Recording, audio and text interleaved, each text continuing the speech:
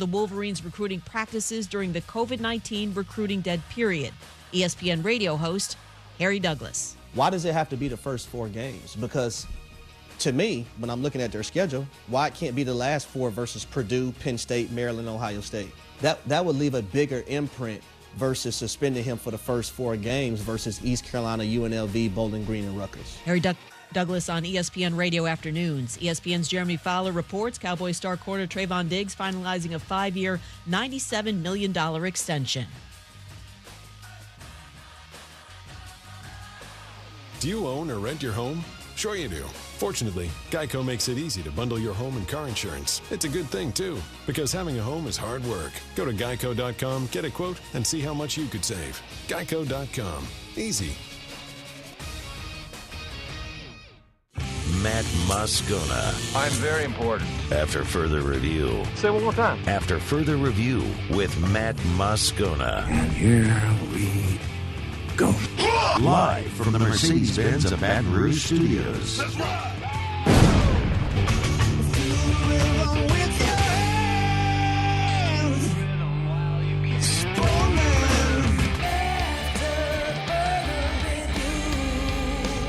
And off we go. Welcome aboard. Glad you're with us. It's AFR. I'm Matt.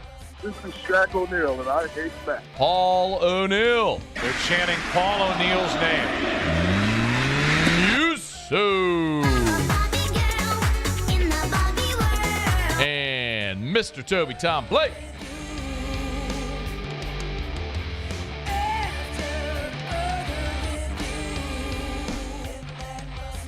All right, we're here. Glad you are as well. Get out there and make it a good one. Saints hit the practice field tomorrow. We got a ton to do. Let's kick it off. It's time to pop the top on another edition of AFR with Bud Light. Drink easy. Well.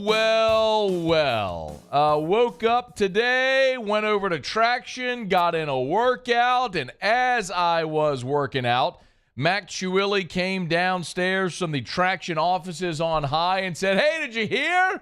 Jimmy's back with the Saints." The Saints have, in fact, welcomed back an old friend. Goes right back to the slant, and Grant scores the touchdown. Slam dunk. How about it? Jimmy Graham, who was traded away from the New Orleans Saints back in March of 2015, is back with the New Orleans Saints. Dennis Allen explained why Jimmy Graham fits what the Saints are looking to do. A good addition for that room. You know, we've got some young ascending players in that room in terms of Foster Moreau, Jawan Johnson.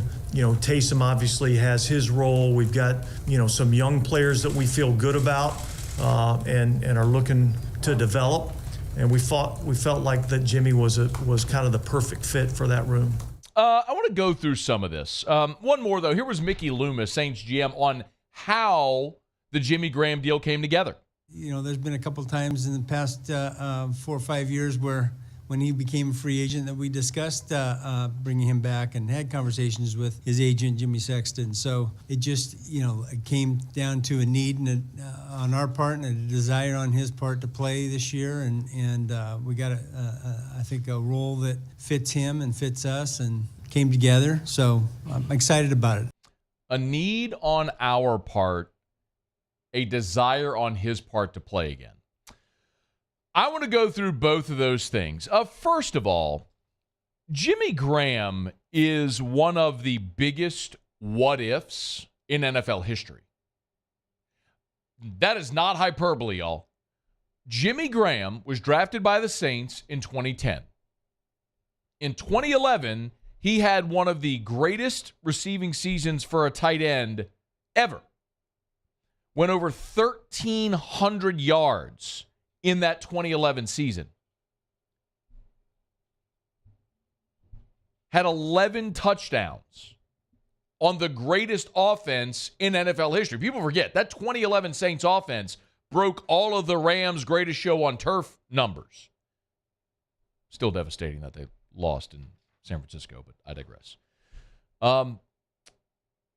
Jimmy Graham's 4-year stretch from 2011 to 2014 was as good as any 4-year stretch for any tight end in the history of the NFL until Travis Kelce right now. Travis Kelce has had 7 consecutive 1,000-yard receiving seasons, but even in that amazing stretch, Kelce's only had 3 years with double-digit touchdowns.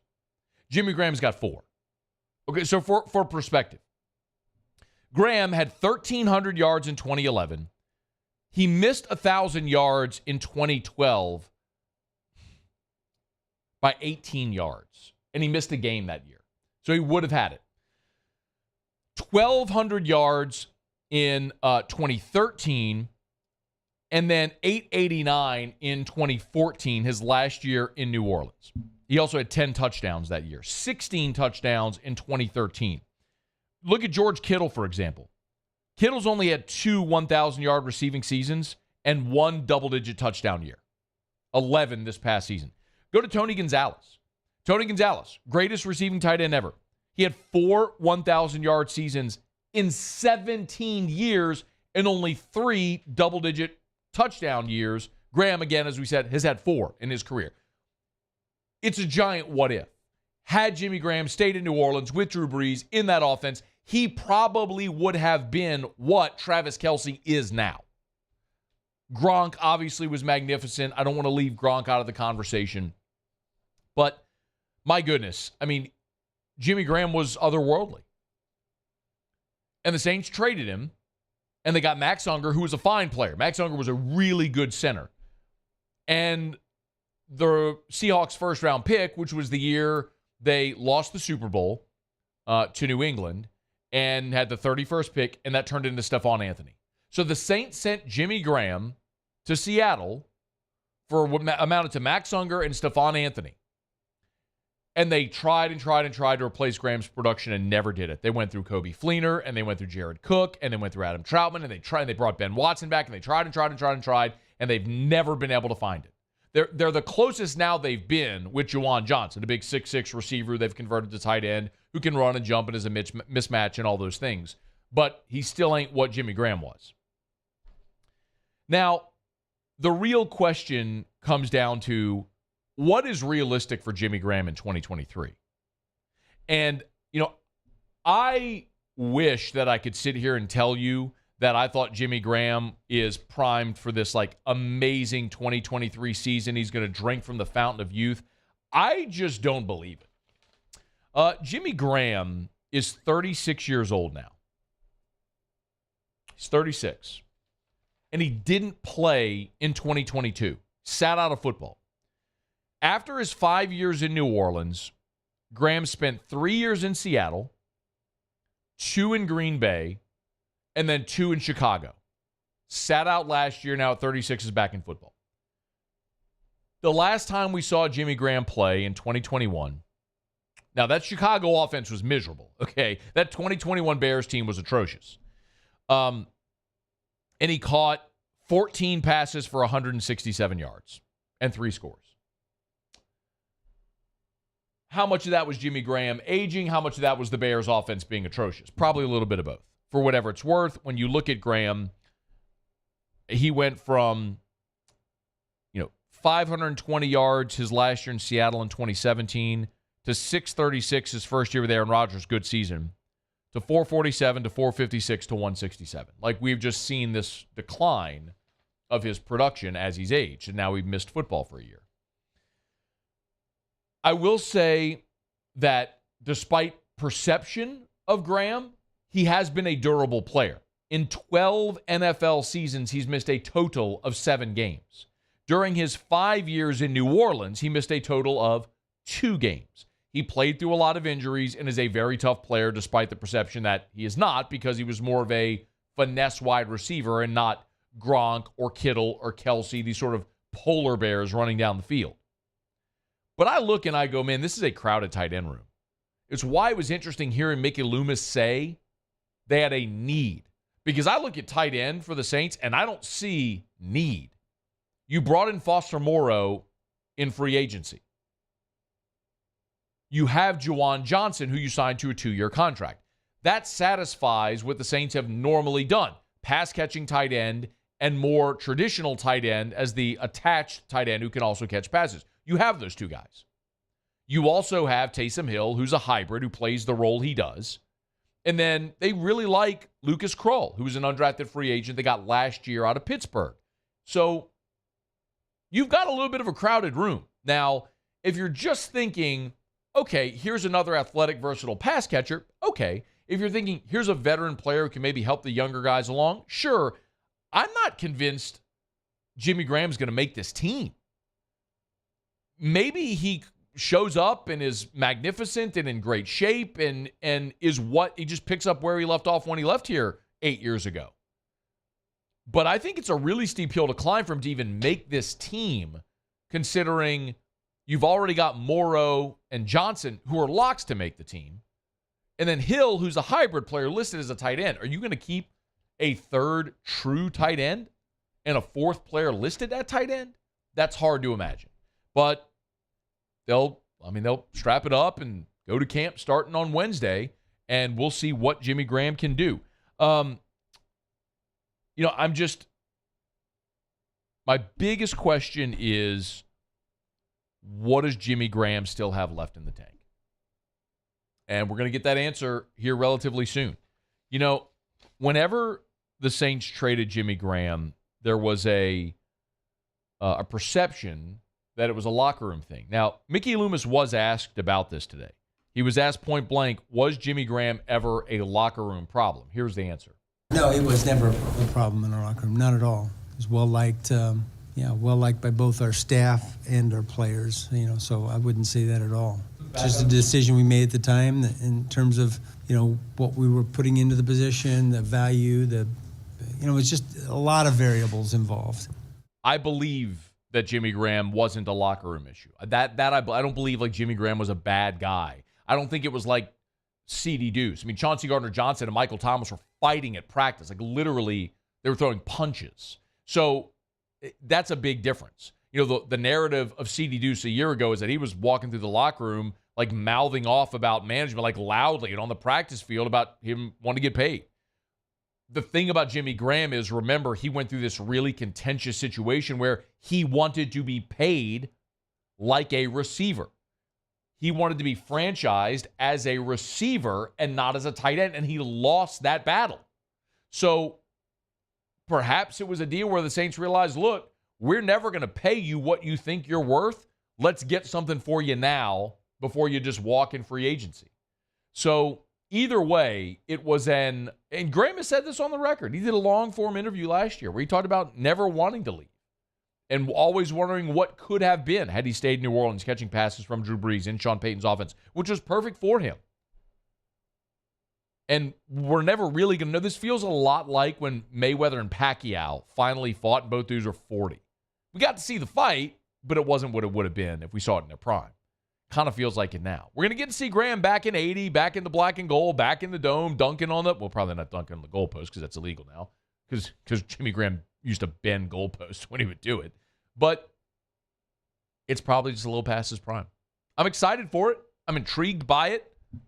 We'll see what he's got left in the tank. All right, our open every day is brought to you by Bud Light. By the way, of course, our friends over at Mockler, we tell you all the time, great community supporters. And they're supporting and sponsoring Jacques Doucet's Red Rock and Blue softball tournament at Oak Villa. So you see plenty of Bud products out there as well.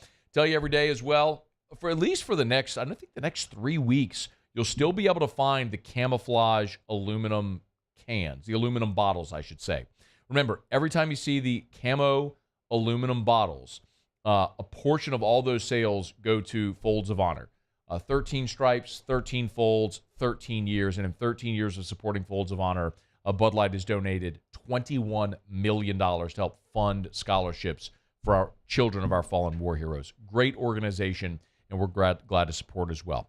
It's Bud Light. Drink easy in Louisiana. All right, y'all, it's after further review. Let me knock out a quick break. We got tons of Saints stuff to get to. We are... In hour 3, we are going to talk to Darry Beckwith, former LSU linebacker. I want to get very specific with Darry because I want to talk to him very specifically about Harold Perkins transitioning from outside linebacker, that jack spot, to the inside and how easy and seamless that may be. There's a ton of expectation on Perkins. I'm curious what's realistic with him changing positions. So we'll talk about that with Darry Beckwith, former LSU captain, all SEC linebacker. That's coming up 2 hours from right now, so in hour number 3. So if you have to leave, come back. Lance Moore, who's teammates with Jimmy Graham in New Orleans, is with us in 45 minutes right at the start of hour number 2. We got a ton to get to today, and glad you're hanging out. Stick around. It's AFR.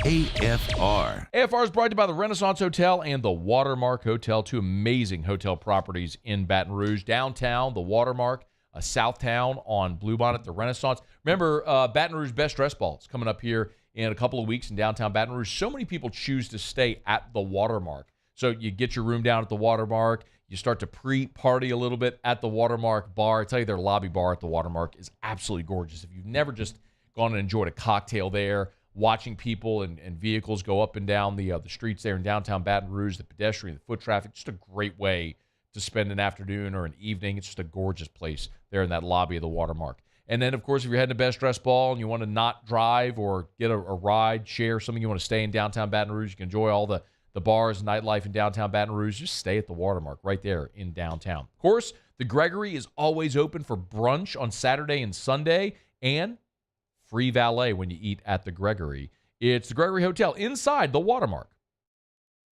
Bayou Chrysler Dodge Jeep Ram has $10,500 off MSRP on all new 23 Ram 1500 Laramie trucks in stock. All with Bayou's 1 million mile warranty. The crew at Bayou Automotive is going to do right by you.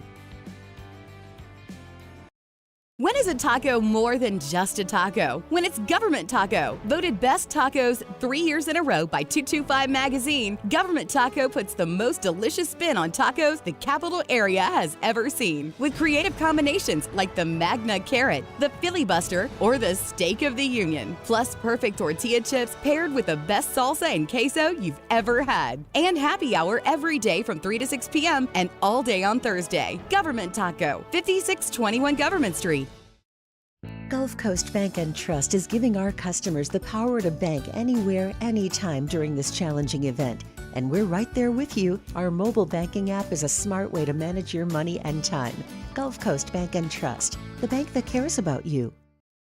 Hey, what's up, y'all? It's that time again. It's heating up. Your boat's getting ready to come out and spend all summer on the water. It's time to take your boat to the next level with front-to-back boat service, where if you want an incredible custom speaker install, it's going to blow people away in the water, that's there for you. You want an HD sonar where you can see the fish under the water before you cast, beat all your friends, that's there for you at front-to-back boat service. So don't put it off. We got the parts in right now. Get them now before they go back on back order. Front-to-back boat service.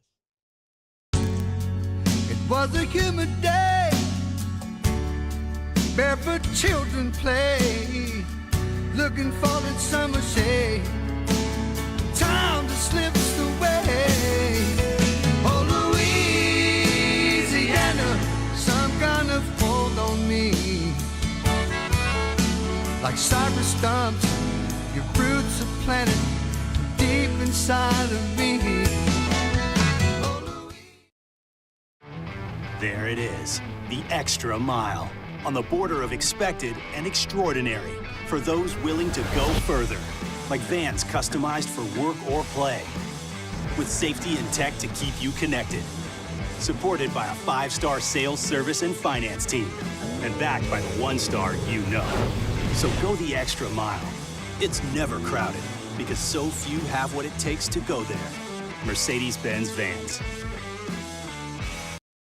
Dylan Cruz here to tell you about Six Rings Baseball and Softball Camp. If you live on the North Shore and play ball, go to Six Rings Camps with former LSU assistant coach Dan Canaveri. His knowledge is second to none, and your child will improve and have fun doing it. Camps were held at Coquille Park and Six Rings Academy in Covington with 4 sessions over the summer. Full day and morning only sessions are available from ages 7 to 13. Go to Six Rings Baseball.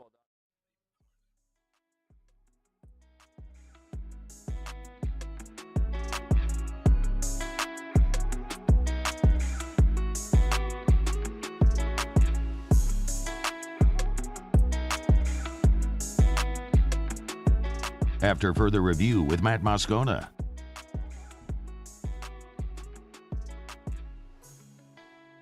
The Saints did add a couple of offensive linemen. They signed Trey Turner, and they also signed Max Garcia, who's 8-year NFL vet, 4 years with Denver, 4 years with with Arizona as well. So Saints have stockpiled a bit of depth there on the offensive line as they're a day away from starting camp. Glad to have you aboard with us here. It's a Tuesday edition of AFR.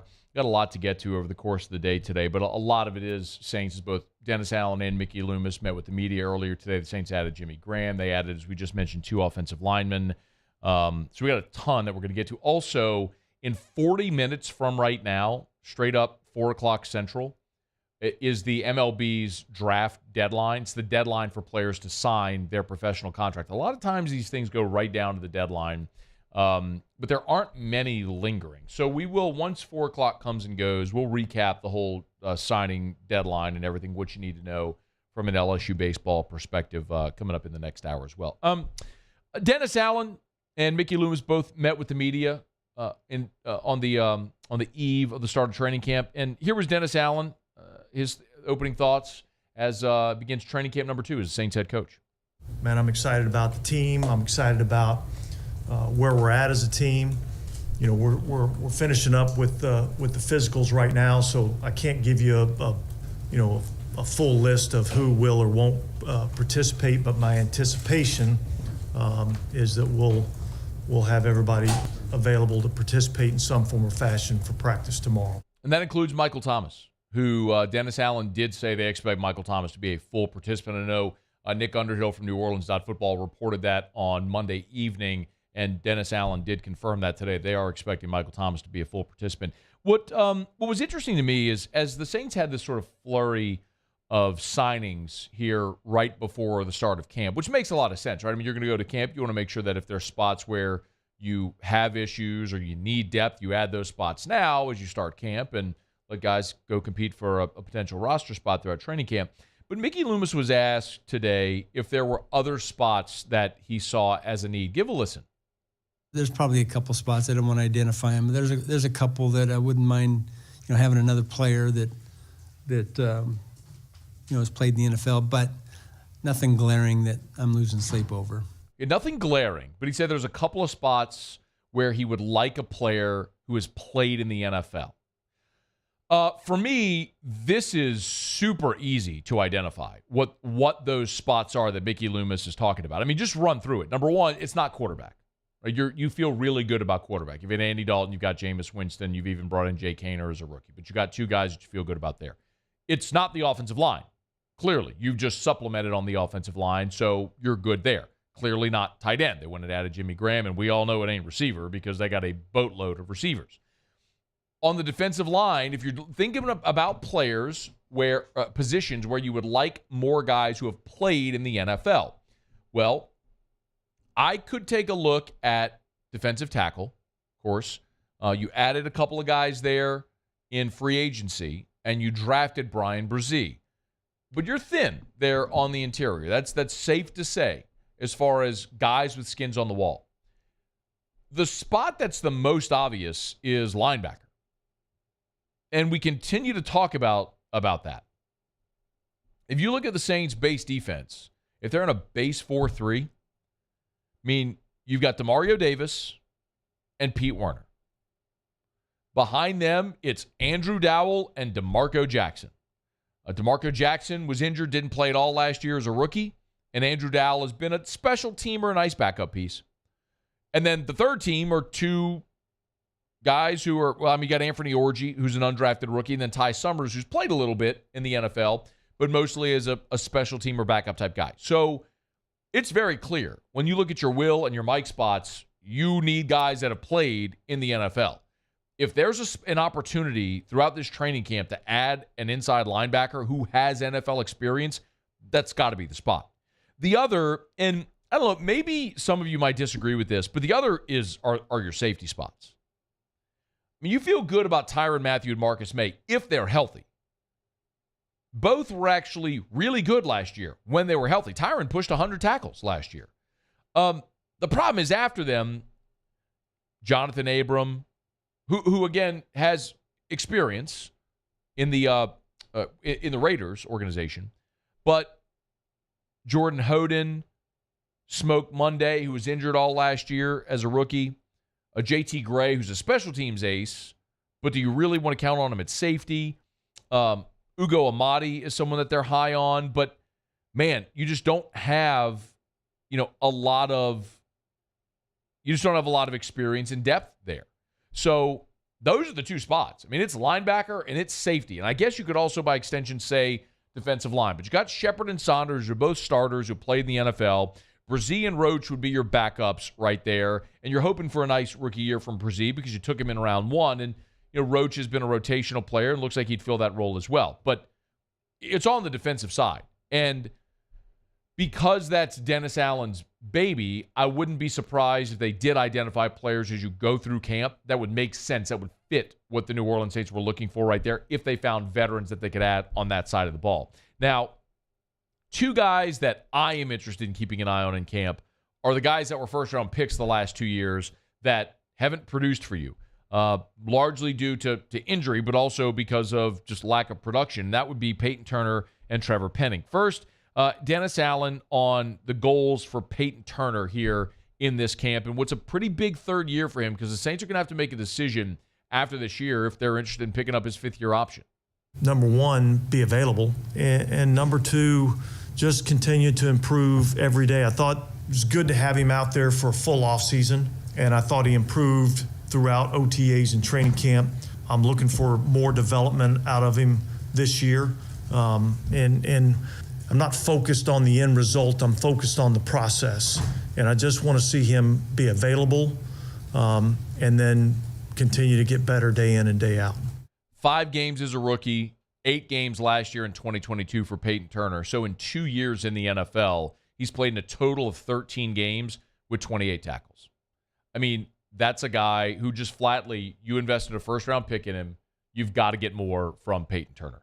The other is Trevor Penning, who last year, of course, you used your second of 2 first-round picks on Trevor Penning, and was injured in the preseason and missed the bulk of last season. Here was an update on Penning heading into this camp. Obviously, he's worked his tail off this offseason to get himself healthy, and that's where he's at right now. So there's certainly a significant portion, of time loss, and we don't get a chance to get those reps back, but I like where he's at right now. And look, the thing that he needs to get out there on the practice field and get reps. And so that'll be a process that we'll go throughout training camp. So you wish he hadn't missed that time, but that is what it is. And now it's his time to get out there and get some reps and get better. And the hope is to win the starting left tackle job. I mean, I will say that point blank. Dennis Allen's not going to say it today, but that's the goal. You took this guy in round 1.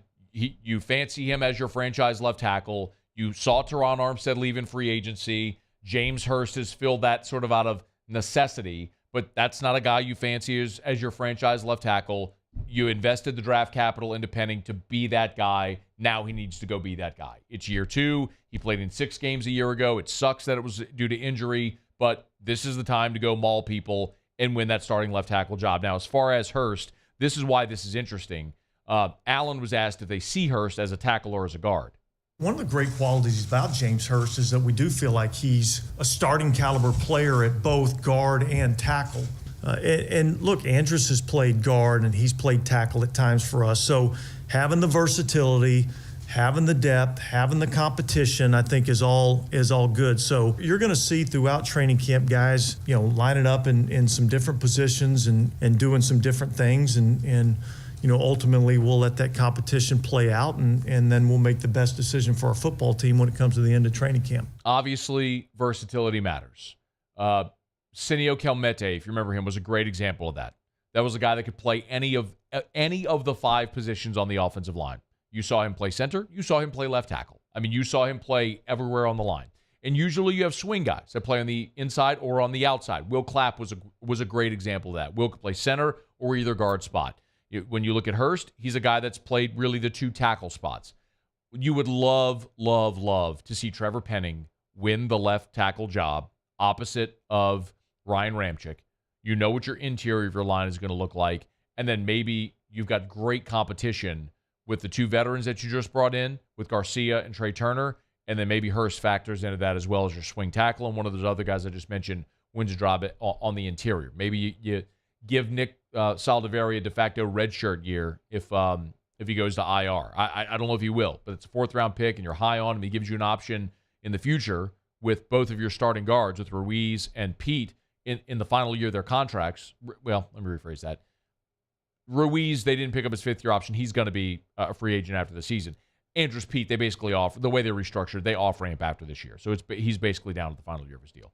So, yeah, you need options for next year, and any of these guys could end up being it. So, excited to see it all get going. Most of the eyeballs are going to be on Derek Carr, and I understand why. I think the receiver battle is going to be fascinating because you have so many talented guys there to see who emerges. It's going to be interesting. We always want to see the rookies, and with Brzee and Foskey, they're going to get so much of the attention.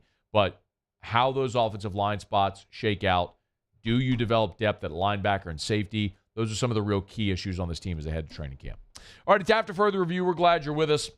Tuesday shows are brought to you by Mold Zero USA, mold-0usa.com. You can always check them out online. I always encourage you, if you're interested, give Jim Woodworth a call. Go to mold-0usa.com, mold-0usa.com, and at the website, you'll see their 225 and their 504 area code phone numbers. But it doesn't matter where you are in South Louisiana, they'll service you. If it's your home, office building, I tell you all the time, workout facilities, and you walk in, you got bad odors, like Mold Zero can knock that out. They'll come in, they'll spray. You don't have to take things out of your gym, locker room, studio, whatever it is. They'll come in, they'll spray. As soon as the fog dissipates, boom, you're back in. Smells great, mold-free, odor-free, all those different pathogens. Mold Zero. Mold-0usa.com, mold-zerousa.com. All right, it's After Further Review. Remember, you can always email us. You can X us. Do we have to drop the Hey Twitter World? Do we have to drop George Truly? Hey Twitter World. I will never drop that ever. Well, it's not Twitter anymore. It's X. Okay, well then we will go find a new video from Oj saying "Hey X" or something. George, yes. George Truly. George Truly. Shout out to the guy with the jersey. Think about everything that's going to go away if Elon goes through with changing this thing to X and we don't call it Twitter anymore. A lot. No Twitter World. No Twitter World. Nope. No more mean tweets. No more mean tweets. The mean tweets. Yeah. Bit. Mean X. Mean X. Mean X's. Mean X's. That has two meanings right there. Yeah. Yeah. Right. Yeah. Yeah. Can't do that. This doesn't mean the same. Okay. And you can text 225-396-4400, 396-4400, 396-4400. Now I got a quick break. Go around the SEC. Stick around. AFR. Get Gordon and get it done. Gordon McKernan Injury Attorneys. Go to getgordon.com, getgordon.com. Remember, or by the way, gordongives.com. What a guy, man. I mean, so embedded and ingrained in the community here in Louisiana. And just tell you about all the great giveaways that Gordon does throughout the year. It's one of the reasons I love telling you about gordongives.com. It's a charitable arm of Gordon McKernan Injury Attorneys. But they also have G's Getaway Giveaway right now. Gordon is giving away 7 vacations valued at $2,250. And you can it's free to register. Just go to gordongives.com. There's no catch here. Just go to gordongives.com. And you'll see right there on the homepage, the registration bar, just fill out the information. You could win one of 7 vacations valued at more than $2,000. Just go to gordongives.com. Remember, if you've been injured, it's not your fault. Do what injured people in our state have done for 30 years. Get Gordon and get it done. There it is, the extra mile. On the border of expected and extraordinary for those willing to go further. Like Vans customized for work or play. With safety and tech to keep you connected. Supported by a 5-star sales, service, and finance team. And backed by the 1-star you know. So go the extra mile. It's never crowded because so few have what it takes to go there. Mercedes-Benz Vans.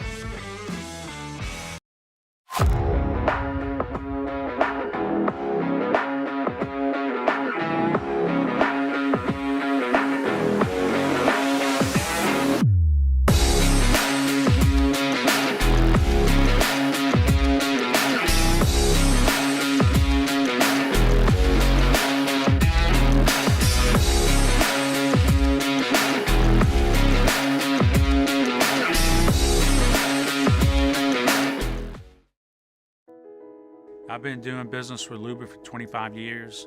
They're dependable, trustworthy. It's just the attention to detail with our clients. Our folks have years and years of experience. They're highly trained professionals. But many companies have that asset. What I'd like to think makes Luba a bit different is that we use those talents in a way that truly is dedicated to serving the needs of the folks who depend on us.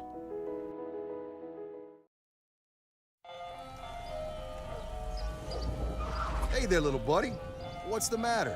What's the matter? My windows, siding, and my door. That's what's the matter. Relief Windows can fix all that. I got you. Pop, pop. What's up? Oh my gosh, look! Curb appeal. That's a good-looking neighborhood. ReliefWindows.com. When is a taco more than just a taco? When it's Government Taco. Voted best tacos 3 years in a row by 225 Magazine, Government Taco puts the most delicious spin on tacos the capital area has ever seen. With creative combinations like the Magna Carrot, the Filibuster, or the Steak of the Union. Plus perfect tortilla chips paired with the best salsa and queso you've ever had. And happy hour every day from 3 to 6 p.m. and all day on Thursday. Government Taco, 5621 Government Street. Gulf Coast Office Products is a nationally recognized Savin office equipment dealer based right here in Louisiana. Over 100 employees strong, Gulf Coast has the boots on the ground to support all vertical markets, from education, engineering, legal, and finance. With the latest in office technology, from desktop to production segment units, Gulf Coast and Savin have the perfect fit for you. Call 225-756-2644. That's 756.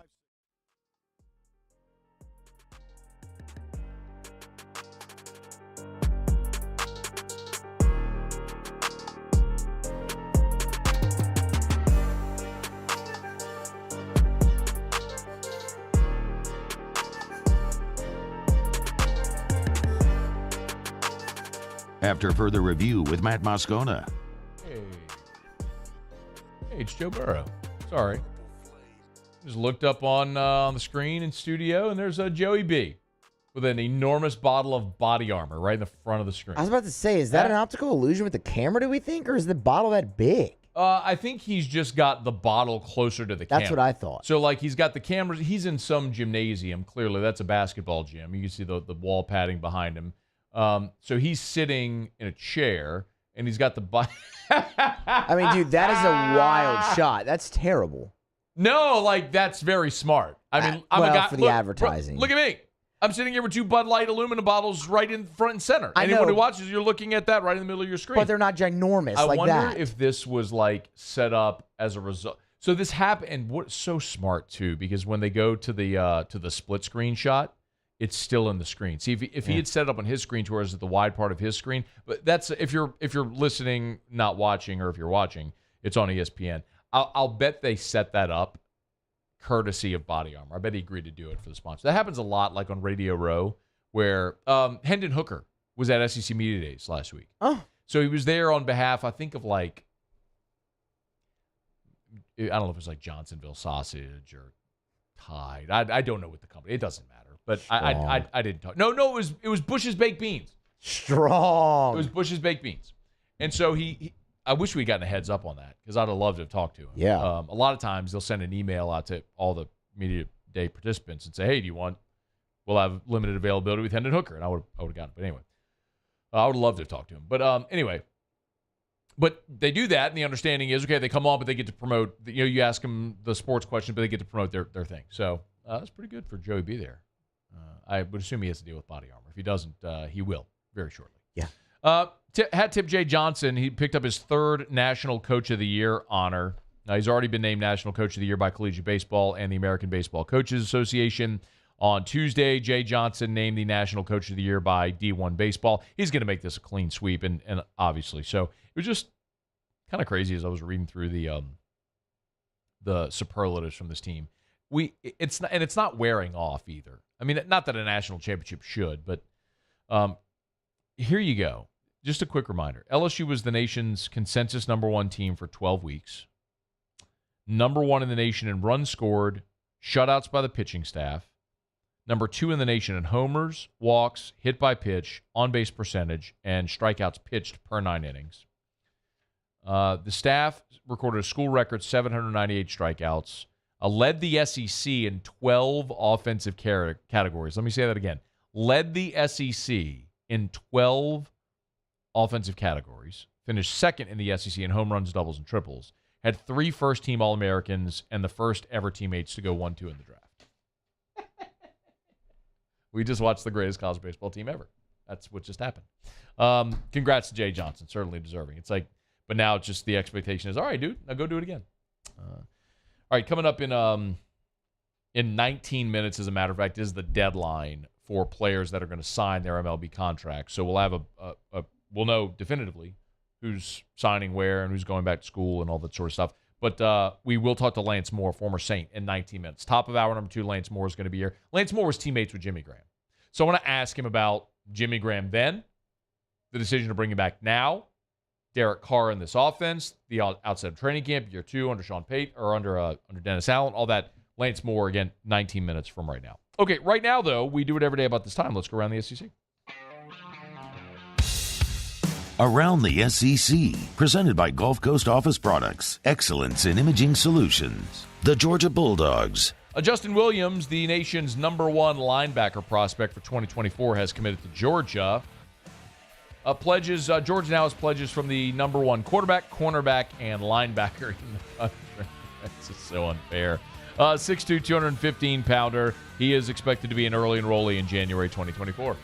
The Tennessee Volunteers. Maui Ahuna has signed with the San Francisco Giants hours before the deadline for teams to sign. Ahuna was a 4th-round pick of the Giants, signed for $500,000. Of course, Tennessee baseball shortstop this past year was taken in round 4, number 107 overall.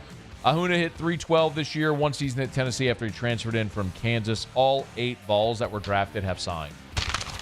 The Kentucky Wildcats. Kentucky will return a trio for 2024 baseball season. Their starting catcher, Devin Burks, he'll be back. Grant Smith, their starting shortstop, who led the nation in fielding percentage, he's back. And Mason Moore, remember him? Spun 10 scoreless innings and 2 tight regional victories. He will be back as well. All were eligible for the draft and had professional opportunities. The Florida Gators. Landon Russell, rising sophomore from Gulf Coast Community College, has committed to the Florida baseball team. He's the 5th overall transfer to pledge to the Gators this offseason. He's a 2-way player, expected to compete for reps at shortstop and third base for the Gators. Hit .305 with 6 homers last year. Also made 13 appearances on the mound. Florida lost its starting shortstop, Josh Rivera, and starting third baseman, Colby Halter, to the draft. The South Carolina Gamecocks. Sorry, couldn't get the paper separated. And how about this? College game day is coming to your city. I'll be in the Queen City on week 1 when South Carolina and North Carolina meet up in Charlotte. First time ever that game day will be there for the North Carolina-South Carolina game. It'll be College Game Day's 440th road show of all time. There you have it. That is Around the SEC. Presented by Gulf Coast Office Products. Shout out to our guy Trey Beal and our friends Gulf Coast Office Products online at gcopnet.com. gcopnet.com for Gulf Coast Office Products. Face-to-face sales, service after the sale. That's what you always get at Gulf Coast Office Products. gcopnet.com. All right, y'all. It is After Further Review, and we're glad to have you hanging out with us here. Well, I got a quick break. Come back. Today did start ACC Media Days. Big Ten Media Days starts tomorrow. And all of the commissioners of these leagues that are just absolutely teetering right now with television contracts and realignment running amok, they're all just completely like, remember that guy, what do they call him, Baghdad Bob? You remember Baghdad Bob, who was the Iraqi misinformation minister? That's like all these commissioners right now. The infidels are on the run. Meanwhile, it's like bombs going off all over the city. Like the city's just been blown to smithereens. We are winning the war. No, you're not, dude. It's like George Klavikov yesterday. League's never been stronger. Nah, man, sorry. Like you've lost your 2 most valuable properties. They're going to the Big Ten. Like half your league is looking to leave. Today it was ACC's turn to lie about everything. We'll talk about that when we come back. It's AFR. AFR. AFR is brought to you by Rouses.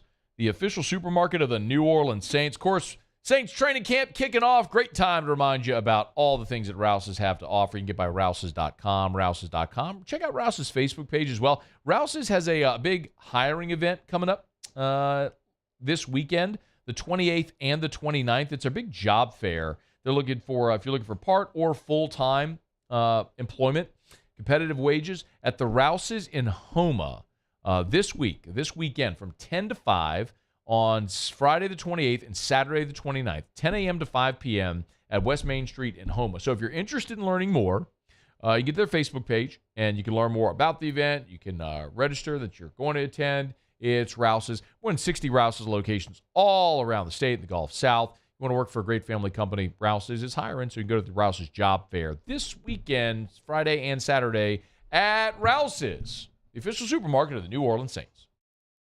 Get 3.99% financing on select 2023 models at Corval Toyota in Opelousas. And we also have a large selection of pre-owned inventory. So come on down to Happy Town. That's Corval Toyota in Opelousas, Happy Town, USA. Hi, I'm Brandon Landry, founder and CEO of Walker. Hi, my name is Dr. Craig Green. This is Ryan Terrio with HydcoRoofing.com. Hey, it's Matt Moscona. No matter how big your commercial roofing job, Hydco can help. My patients come to me because they trust that I can get the job done at a high level. Ryan Terrio and Richard Tilley have the same level of trust when it comes to roofing. If you have a roofing issue, call Hydco Roofing. Give us a call, 364-1007, and we'll come to your house and give you a free inspection. The Windsor Senior Living Community in Mandeville, Louisiana is a beautiful, vibrant apartment community geared towards seniors. They are nestled right in the heart of Mandeville, where seniors live a more carefree lifestyle in spacious apartments with the peace of mind that comes from having a little extra help. Call the Windsor at 985-624-8040 to schedule a lunch and tour. Come see how the Windsor can be your passport to peace of mind.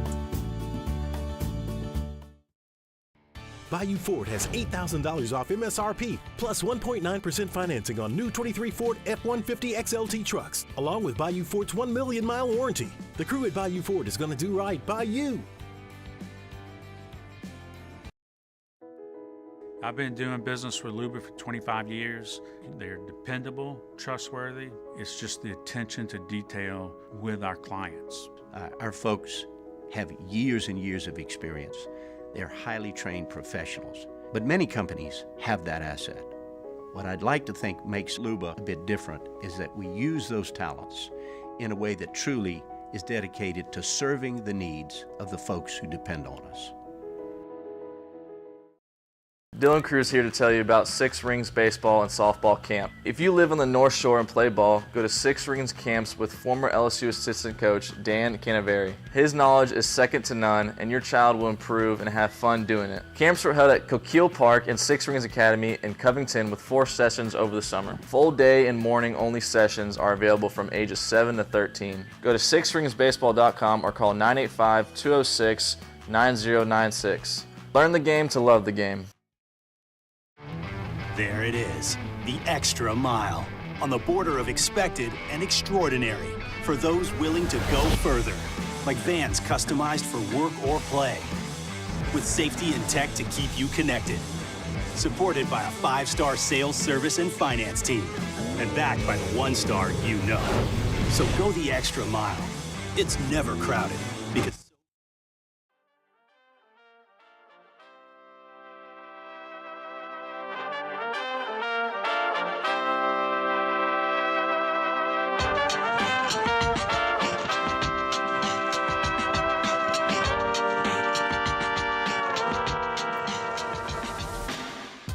After further review with Matt Moscona. Yeah. What was the second ever tweet, huh? Forgot about that. So Arch Manning, June 23rd of 2022, so more than a year ago, was his first ever tweet. Yeah, I forgot about this, that he never tweeted before. This is wild. So his first ever tweet was 11:16 a.m., June 23rd, 2022, and it just said, committed to the University of Texas, #Hook'em. So it was Arch's first ever X. His first ever X. His second ever X was today, 5 hours ago, when Arch Manning he tweeted, Hey, Twitter world. Thanks, Juice. Excited to announce my exclusive partnership with Panini America. My first trading card is a Throwback Black Prism 1 of 1, which is live on auction at, there's the link. All proceeds will benefit a nonprofit through St. David's Healthcare and St. David's Foundation bid now. So, play this. Let's see. Can we play this audio? Will it come through? You got it? No? All right, hang on. Let me see. That's got to be on my end then if we're not getting it. Hold on. Because he has a video. He tweeted a video. I'm pretty fascinated by this because, so it's a 1 of 1 card that Arch. Sometimes I love technology. Sometimes it just doesn't ever want to cooperate with me. That's not enjoyable. All right, here we go. Here's the Arch video. Go ahead, hit it. The first card. Hey everyone, I'm Arch Manning, and I'm excited to announce that I'm signing my own exclusive trading card partnership with Panini. The first card, a 1 of 1 Throwback Panini Prism Black card, will be auctioned off with 100% of the proceeds benefiting a Central Texas nonprofit. Bidding is now live and will close this Saturday, July 29th at 8 p.m. Central. Just go to paniniamerica.net to place your bid for such an important cause. Thank you so much, and hook 'em. Well, that's pretty cool. Got to work on reading the teleprompter. You can see his eyes moving a little bit. Still a young guy. And then we got to work on the signature as well. Have you seen, like, he holds up the card and you can see the signature? It looks like, can you see? Can I zoom? It's not going to let me zoom. I can barely see it. It's not going to let me zoom. The signature looks like, it looks like a high school senior trying to do a signature. It's kind of what it looks like. But anyway, no, but good on him, man. Like, that, I'll tell you this for that family. For a guy who has been really in the spotlight and known since he was a high school freshman because of his last name and all of the physical ability and the promise, the potential, I think you have to say unequivocally and universally that family, they've done a really good job with him. You know, Cooper and the whole family's done a good job not letting the fame distract him. I mean, he's clearly he's a good young man. He's handled the whole recruitment well. He committed one time, did it a year ago, stuck with his commitment. He's at Texas. He's only tweeted twice. He got 65,000 followers despite only his second tweet ever. And his tweet was to announce his commitment and then to announce his NIL deal. And the cool thing about the NIL deal is he's not getting paid from it. It is 100% of the proceeds from the sale of this card will go to St. David's Healthcare and the St. David's Foundation in Austin, Texas. So he picked a charitable organization that lined up with what he wanted to do, and 100% of the proceeds are going there. I mean, and by the way, I don't subscribe to the belief that just because you're from a wealthy family, you shouldn't make money. If you have the opportunity and you want to go get it, go get it. Again, that's what being a free market capitalist is about. But he clearly was at a situation where he didn't have to take an NIL deal for himself, chose to do something that was going to benefit others. That's a cool thing to do. So good for him, man. All right, after further review, I'm glad to have you aboard with us here. Brought to you by the Williamson Eye Center. If you want to see 20/20 without contacts or glasses, call 924-2020. Go see our buddy, Dr. Blake Williamson. Just go for that free consultation. Let this be the push. Let this be the day. I couldn't have been more impressed whenever I went through the whole process 5 years ago to get my LASIK. From the initial consultation with Dr. Blake Williamson to actually going through the procedure and him walking me through the entire thing. I mean, maybe it took 10 minutes or thereabouts, maybe a little bit longer than 10 minutes, but it felt like if you'll excuse the pun, it felt like a blink, and it was over. And I sat up on the table, and I could see the clock across the room. You see videos all the time of people breaking down in tears whenever they get off the out of the chair after having their LASIK because the first time in their lives they can see, or for the first time as long as they can remember. And I'm in that number as well. You can be too. It's 924-2020. Call 924-2020 for the Williamson Eye Center. 924-2020 or williamsoneye.com. Real quick, we got a minute. Jim Phillips, the ACC Commissioner, had this to say earlier today at ACC Football Media Days about the strength of the conference. The league is healthy. It just is. And certainly there's rumblings. Again, we all saw what happened in the springtime. But the group has come together in a way, to me, that demonstrates they want to work together to find solutions. And we've worked with Fishbait on our 8-point plan. generating new additional revenue. The ESPN partnership is really strong, and ESPN and the ACC are completely motivated together to generate additional dollars. They signed a bargain basement deal that runs through 2036. The ACC is screwed. There's no other way to say it. Lance Moore, right after SportsCenter. AFR. Brought to you by Traction. I was over at Traction earlier today, and man, while I was there working out, doing some personal one-on-one training, the St. Joseph's Academy soccer team was working out with Tevin. The Parkview softball team was working out with Kirsty. Look, man, it doesn't matter if it's full team training. It doesn't matter if it's individual sport-specific training. As I was leaving, there was a young track and field athlete who was working on high jumps, like box jumps, for some of the jumping events, track and field. My point is, if you want to be trained by the best trainers, I remember DeShazer Everett from DeRidder, played at Texas A&M's now in the NFL. He was working out there this morning as well, doing a one-on-one with Kirsty after she was done training the Parkview softball team. My point is, the same trainers, the same facility, the same expertise that professional athletes are using, your son and daughter have that access as well, all because of Traction. Go to TractionSports.com. Traction, where champions are made. I'm Chris Nakamoto, and here's what I'm working on for my stories on WBRZ Channel 2 tonight. The town of Jackson shelled out thousands of dollars to settle lawsuits tied to the actions of a troubled police officer. He resigned last week after getting arrested for stalking in another parish. But despite years of causing problems, he managed to keep his job. The WBRZ investigative unit went searching for answers today. I'm Chris Nakamoto from WBRZ. Watch more tonight on WBRZ Channel 2. I've been doing business with Loomis for 25 years. They're dependable, trustworthy. It's just the attention to detail with our clients. Our folks have years and years of experience. They're highly trained professionals. But many companies have that asset. What I'd like to think makes Luba a bit different is that we use those talents in a way that truly is dedicated to serving the needs of the folks who depend on us. Bayou Ford has $8,000 off MSRP, plus 1.9% financing on new 23 Ford F-150 XLT trucks, along with Bayou Ford's 1 million mile warranty. The crew at Bayou Ford is going to do right by you. When is a taco more than just a taco? When it's Government Taco. Voted best tacos 3 years in a row by 225 Magazine, Government Taco puts the most delicious spin on tacos the capital area has ever seen. With creative combinations like the Magna Carrot, the Filibuster, or the Steak of the Union. Plus perfect tortilla chips paired with the best salsa and queso you've ever had. And happy hour every day from 3 to 6 p.m. and all day on Thursday. Government Taco, 5621 Government Street. Make this summer your backyard party year with Chris's Specialty Foods. Wings, burgers, brisket, steak, and boudin, plus great Cajun side dishes. We do all the prep, and you enjoy laughing with friends and family. Chris's Specialty Foods, Millerville, New Orleans, Prairieville, and Frisco. Everybody loves Chris's authentic Cajun meat.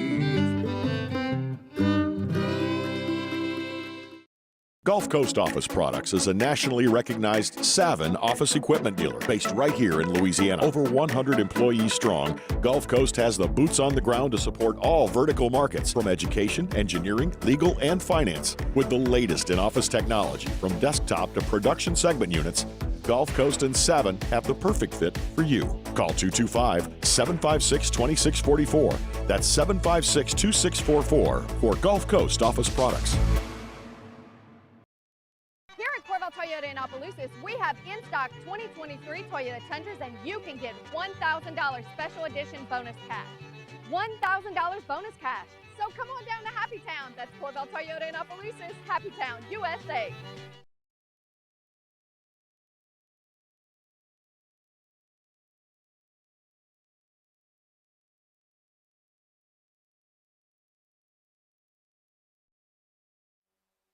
This is SportsCenter.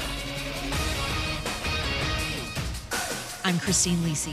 Bronny James, the 18-year-old son of Lakers superstar LeBron James, hospitalized in stable condition a day after going into cardiac arrest during a USC basketball practice. Celtics shooting guard Jaylen Brown's agreed to the richest deal in NBA history, reports ESPN's Mark Spears. 5-year, $304 million Supermax extension. And winning a title remains the only acceptable option for Boston, notes NBC Sports Boston analyst Chris Minix. The Celtics have been to an NBA Finals. They were back in the conference finals last year. Jaylen Brown's going to be 27 years old. Jason Tatum just a couple of years behind him. This team is now, with the money these guys are getting paid, what the payroll looks like around them, it really is championship or bust. NBC Sports Boston's Chris Mannix on Canty and Carlin. Michigan and the NCAA in discussions about a so-called negotiated resolution for a 4-game suspension for football coach Jim Harbaugh to start the season. It's tied to an NCAA recruiting investigation into the Wolverines. If you need solid hires fast, you need Indeed. The all-in-one hiring solution makes it easy to attract, interview, and hire candidates from the same place. Want to find your next great hire? Visit Indeed.com/credit.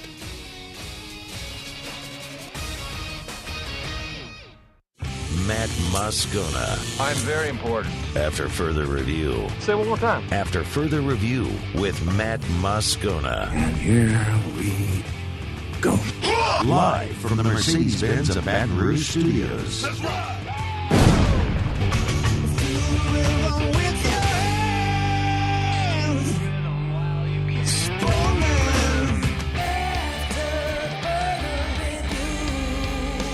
Hour 2, off we go. Welcome aboard. Glad you're with us. It's AFR. I'm Matt. You're a loser, Matt! Shut up, kid! Paul O'Neill. They're chanting Paul O'Neill's name. So. And Mr. Toby Tomplay.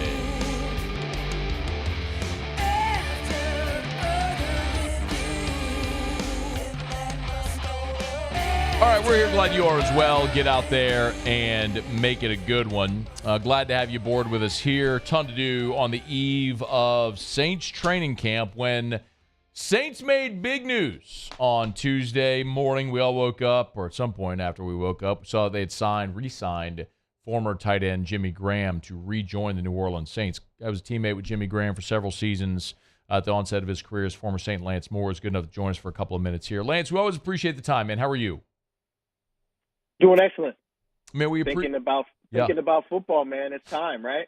I love it, man. I'm always good to binge on football in July. Hey, when you saw this morning that the Saints were re-signing your former teammate, what was your reaction? I had to check the date because I thought it was April Fool's.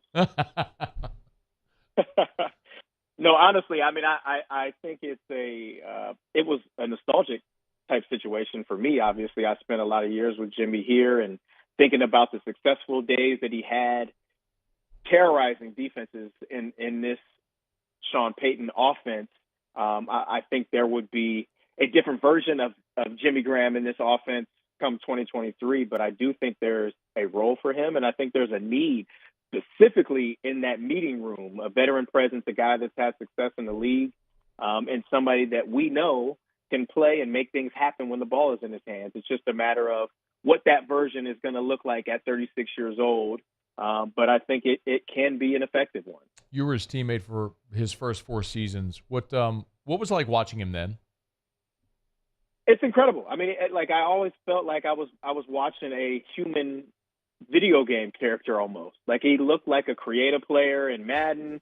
He was bigger than everybody, but he was faster than almost everybody. And the plays that he made day in and day out would always open people's eyes, and people would be like, wow, this dude is really good. And I mean, I could see it early on. He has the skill. He played basketball, so he's got like a very, very athletic knack on the football field. But man, it was a fun guy to watch and an even more fun guy to be a teammate of and to play with. Yeah. Whenever he was traded, I know you were already not with the Saints organization anymore when he was traded in 2015. But there was this conversation because of how contentious the franchise tag thing went, that maybe Jimmy wasn't the best in the locker room, this or that. From your perspective, what was he like as a teammate? Well, anytime you hear anything like that, if you don't hear it from somebody in the organization, coach, player, front office executive, don't believe it. I've been around the game long enough, and people in the media, I'm one of you guys now, sometimes can float ideas that turn into rumors, that turn into things that everybody wants to believe. And I don't remember ever hearing any front office person, including Mickey Loomis or Sean Payton or any player, saying he's not good for the locker room. So we can just put that to bed. Jimmy was a great teammate. He worked super duper hard, and a super smart player, a fun teammate. I mean, a guy that everybody loved being around. And, I'm happy that after all that's happened in the past, and funny, you brought up that story about how contentious things were. I was actually the person who spoke on his behalf to the NFL when he was going through the franchise situation as the person on, trying to make the NFL believe or understand why we considered him a wide receiver. So that kind of brings back some memories for me. But nonetheless, a great person, great teammate, super hard worker, and I'm excited for him to get another opportunity in black and gold. Hey, that's if you don't mind, I'd like to follow up. That's really interesting. And Lance Moore's our guest. So you spoke to the NFL on Jimmy's behalf. Was that like an in-person thing, or like how? That was an in-person. How did that go? Was an in-person thing, and there was attorneys there. There was somebody asking questions. There was note takers. Now it wasn't in a courtroom. It was in a meeting room somewhere, but it was very, very detailed. And I don't think that the people that were asking me the questions were the ones that were determining which position he would be labeled as, but they asked some really, really good questions about the offense, about positions, about formations, and his specific role. And I mean, I think he thought, hey, there's no better person other than maybe a Drew Brees that could define his role than me. And when he asked me, I said, of course, I'll do that in a heartbeat. And unfortunately for us, he was still labeled as a tight end. But I mean, when you look at the way that the rules are broken down in the CBA as far as positions go, at least in the most recent CBA, it states you would be at that franchise spot for whatever position you lined up in the most the prior season. And I mean, if it was today, then he would 100% have been labeled a wide receiver because he was out wide way more than he was tight. You mentioned that you're Lance Moore in the media now, and I don't think Lance Moore, the player, would have wanted this question, but asked Lance Moore, the guy in the media now. Do you think Jimmy Graham is a lock to make this team?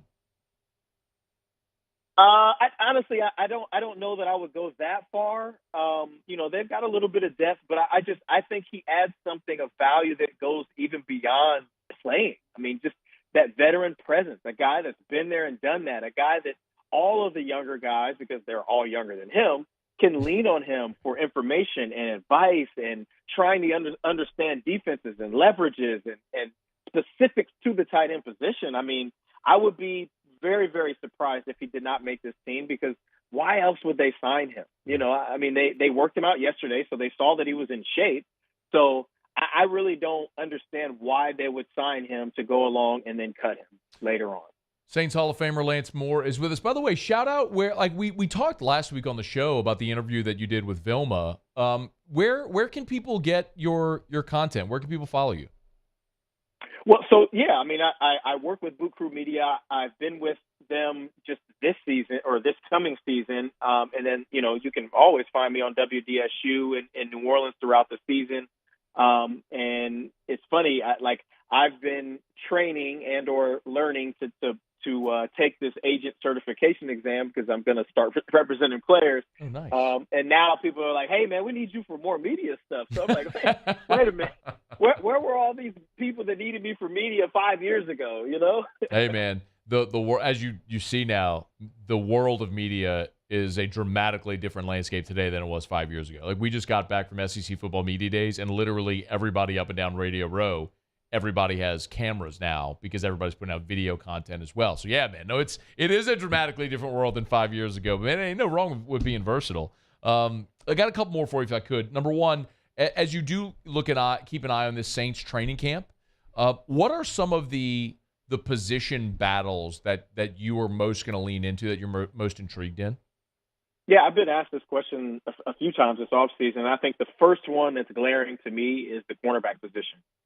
We know that Marshawn is solidified. I mean, he's one of the top 5 in the National Football League, and he'll continue to play as such. But you look at the other side, when Paulson Adebo and or Marshawn were out last year, Alontae Taylor played his butt off. And when you turn on the tape, this dude's got the stuff. Like, he stands out. Like, he's not just a guy that's in there filling in. Like, he's a guy that's in there making plays.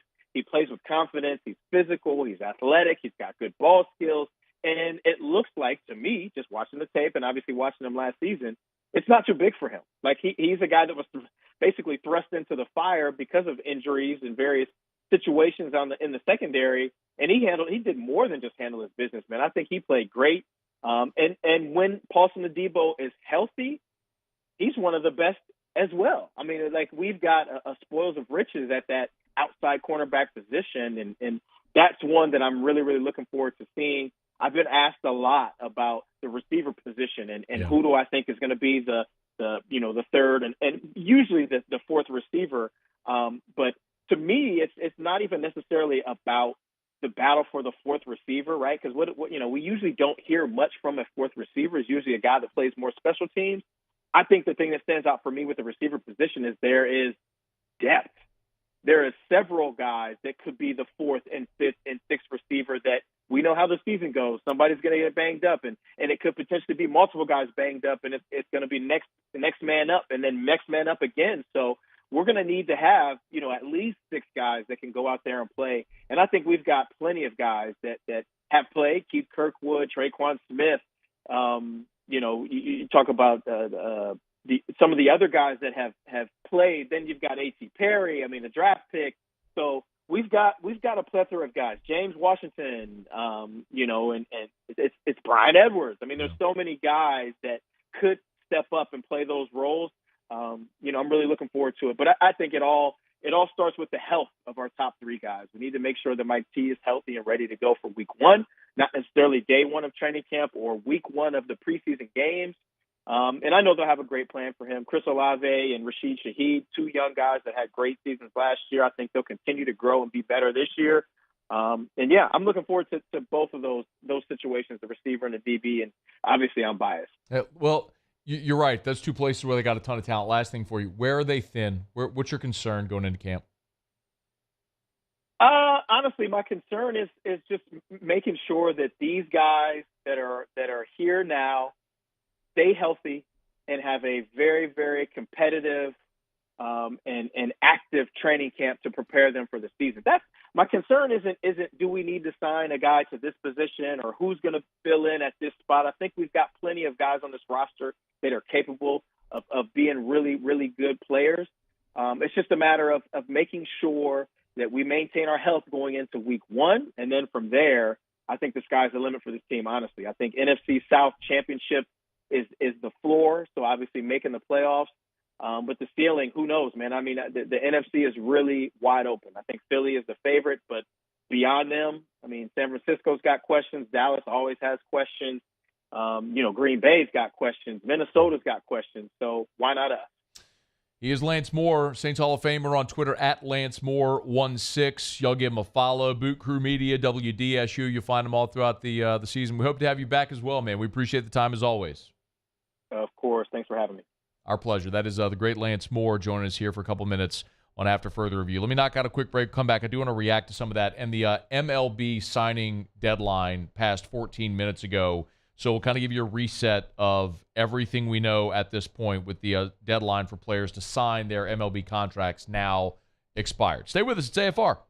AFR. Brought to you by Darren James and Associates, brokered by eXp Realty. Every home listed by every company, all in one place. You know where to find it. The most user-friendly website in real estate. It's agent225.com, agent225.com. If you are thinking about selling your home, I can't imagine why you would call anyone else. Why would you call anyone other than the realtor that sells more homes than anyone? And right now, y'all, the thing that you got to remember, if you've been on the fence, thinking about selling your home, not sure, what we know definitively right now is that the Baton Rouge market is on fire, and it is a seller's market. There is more demand than there is inventory. There's about a 3-month supply right now, and typically the average would be a 6-month supply. So if you are thinking about selling your home, you got to call Darren James. 335-7666, 335-7666 or agent225.com. Think real estate, think Darren James. There it is, the extra mile, on the border of expected and extraordinary for those willing to go further, like vans customized for work or play, with safety and tech to keep you connected, supported by a 5-star sales, service, and finance team, and backed by the 1-star you know. So go the extra mile. It's never crowded, because so few have what it takes to go there. Mercedes-Benz Vans. This summer, retirement is a state of mind. Whether it's a mid-morning activity or an early bird special, grab a Coors Light and chill like you're retired. Rev Business started small in 1935. We built our reputation by providing hometown service with Louisiana hustle. For nearly 90 years, we've expanded across our great state, through the swamps and across the Mississippi, bringing fiber optics from the capital to the North Shore and down the bayou to the coast, all to connect your business with the world. Rev is about big business technology with small business personal service, powerful solutions, unmatched local service. Rev Business. The importance of doing this fortified program and offering it to people down here is, number one, the only real chance you're going to get to do this is when you put on a new roof or build new. And through companies like Hydco, who's kind of leading the way in this thing, it's going to offer the customers a huge advantage in the insurance market and the price of their insurance. You know, we're not looking to make a fortune off fortifying. We're trying to give you a better product than our competitor at the moment. I'm trying to do something that he can. I'm trying to give you something better. So a lot of these insurance jobs, you're getting a re-roof, you're only paying your deductible. Let's sit down and talk about the fortified and let's see what it does to your insurance premium. You're getting a steal. Yeah. You're getting a brand new roof and a fortified certificate for your deductible, essentially. And I think we're rocking and rolling.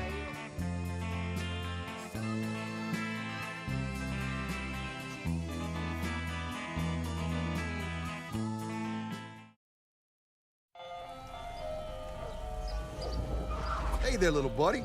What's the matter? What's the matter? My windows, siding, and my door. That's what's the matter. Relief Windows can fix all that. I got you. Pop, pop. What's up? Oh my gosh, look! Curb appeal. That's a good-looking neighborhood. ReliefWindows.com. Gulf Coast Bank and Trust is giving our customers the power to bank anywhere, anytime during this challenging event. And we're right there with you. Our mobile banking app is a smart way.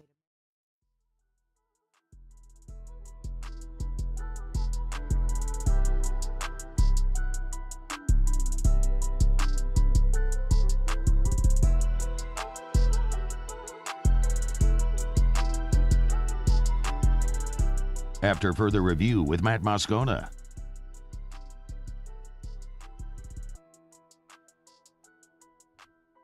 And thanks again to Lance Moore for joining us. In 1 hour from right now, we'll talk to Darry Beckwith, former LSU All-SEC linebacker. I want to lean into the Harold Perkins conversation a little bit. I know everybody's having the Harold Perkins conversation, but largely it's just everybody saying how great Harold Perkins is, and he is.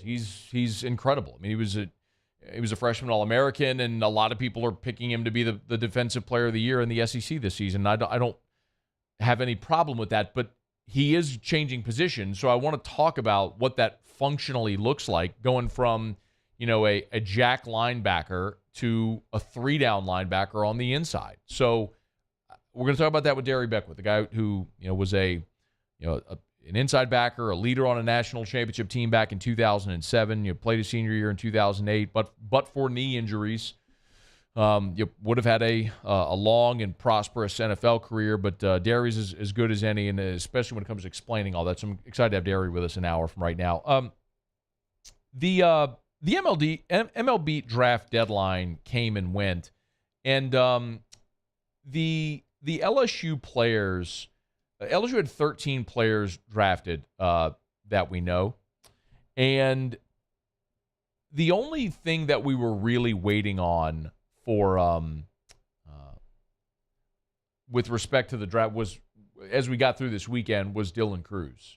Paul Skeen signed his $9.2 million bonus, and Dylan Cruz signed this weekend. So now with the draft deadline having come and gone, we know where everything stands with the LSU guys that were picked. And I think more importantly, it's probably, who wasn't picked, which was really interesting as well, because then you learn who's coming back. So with veterans that weren't picked, like we know, like Milazzo and Travinsky, those guys coming back, I think it sort of clears the deck a little bit, so you know numbers like that. But 13 players drafted by this LSU team, and we know now who is signed and who's going to be returning. The one we were, I think, really waiting on was Javen Coleman, wasn't it? I mean, that was the last big domino to fall. Yeah. Yeah, and I didn't see anything as from of Jim right now. Callis, It hasn't fallen. Yeah. Okay, so Jim Callis is the guy from MLB that from MLB Pipeline that is the one who kind of puts all that stuff out. Lets us know. We'll wait and see if we get any word. Can you check his social media to see Javen Coleman's social media to see if he's announced anything? When I checked his Twitter in the last segment, he had not. I can check his Instagram. Javen Coleman is it's so interesting because the number that I'd gotten, and I'm scrolling back through my text messages because when it happened, I reached out to find out, was that they had talked about $500,000 for Javen Coleman with the Dodgers. But the way it was said to me, forgive me, I'm literally scrolling through my text right now. Okay.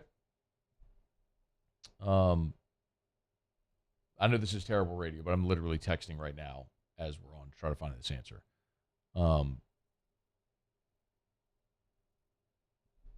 Because if Coleman comes back, remember, he has 2 years of eligibility remaining because he's a redshirt sophomore this year.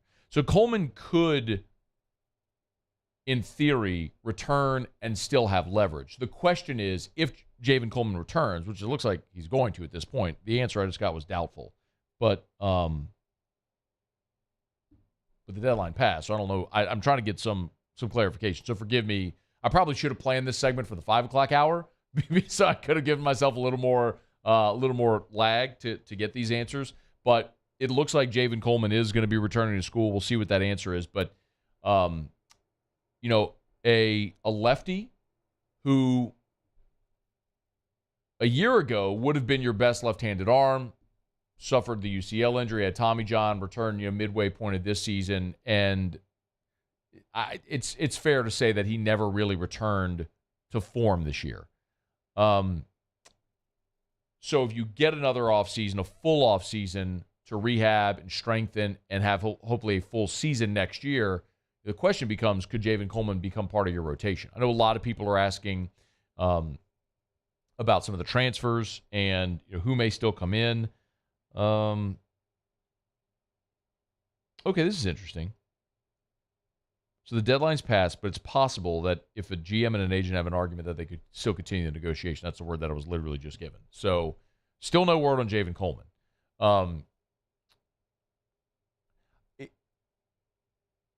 I'm anxious to know what that holdup would be, because if you're Coleman and you had an opportunity to sign for $500,000, if that was the number, and clearly there's some hang up, so we'll find out. But if you had an opportunity to sign or come back to a pretty loaded pitching staff still, where Thatcher Hurd is back, they've added Gage Jump, the lefty from UCLA. They're still going after Luke Holman, who is the Friday night guy from Alabama, who made 3 visits, Tennessee, Mississippi State, LSU. LSU got his last visit. He said everything went great. He's supposed to announce soon. And he's a guy that I think is either your number 2 or 3.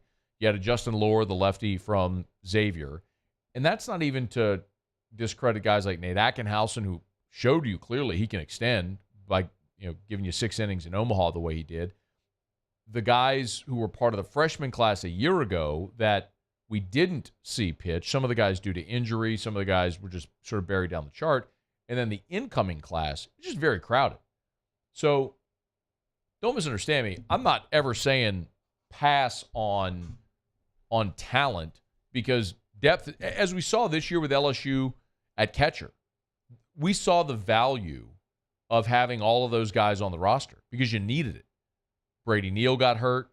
You had Milazzo. You had Travinsky. You had Bear Jones there as an option who played some first base and DH for you as well. Fry, who could catch, played some outfield. I mean, you needed all those guys this year. So sometimes you need depth. I'm not, well, not sometimes, all the time you need depth. I'm not saying running Javen Coleman. I'd love to see Javen Coleman come back, give you another veteran, experienced left-handed pitcher. But the question for Javen is, like, what really are your opportunities next year at LSU relative to the opportunity to sign, make your money, and start a pro career? So we'll wait on that. Christian Little, we know, is returning, but Thompson signed, Cooper signed, Joe Bear signed, Blake Money signed, Garrett Edwards signed, Gavin Dugas, Trey Morgan, Grant Taylor, Ty Floyd, Dylan Cruz, Paul Skeens, all signed. So you've got Christian Little coming back, and we're still waiting, I guess, on final word from Javen Coleman and the Dodgers, what happened there. If we get it before we're off air, we'll certainly let you know. All right, it's After Further Review. We're glad to have you hanging out with us here on a Tuesday edition of AFR. We're brought to you by Shabills Tire and Auto Service, ShaBillsTire.com. Hey, our friends over at Shabills are hiring. I tell you all the time, Shabills treats you like family because at Shabills, they are a family. They're family owned and operated. Well, when you are an employee at Shabills, you're part of their family as an employee. And you want to talk about great benefits from, obviously retirement benefits and paid time off and great environments for families and different family parties and things that they have. It's a great place to work and advance. So if you have a job but you want a career that's going to allow you to advance and grow financially and professionally, and you got to check out our friends at Shabills. Go to ShaBillsTire.com, ShaBillsTire.com. You can hit the careers tab at the top.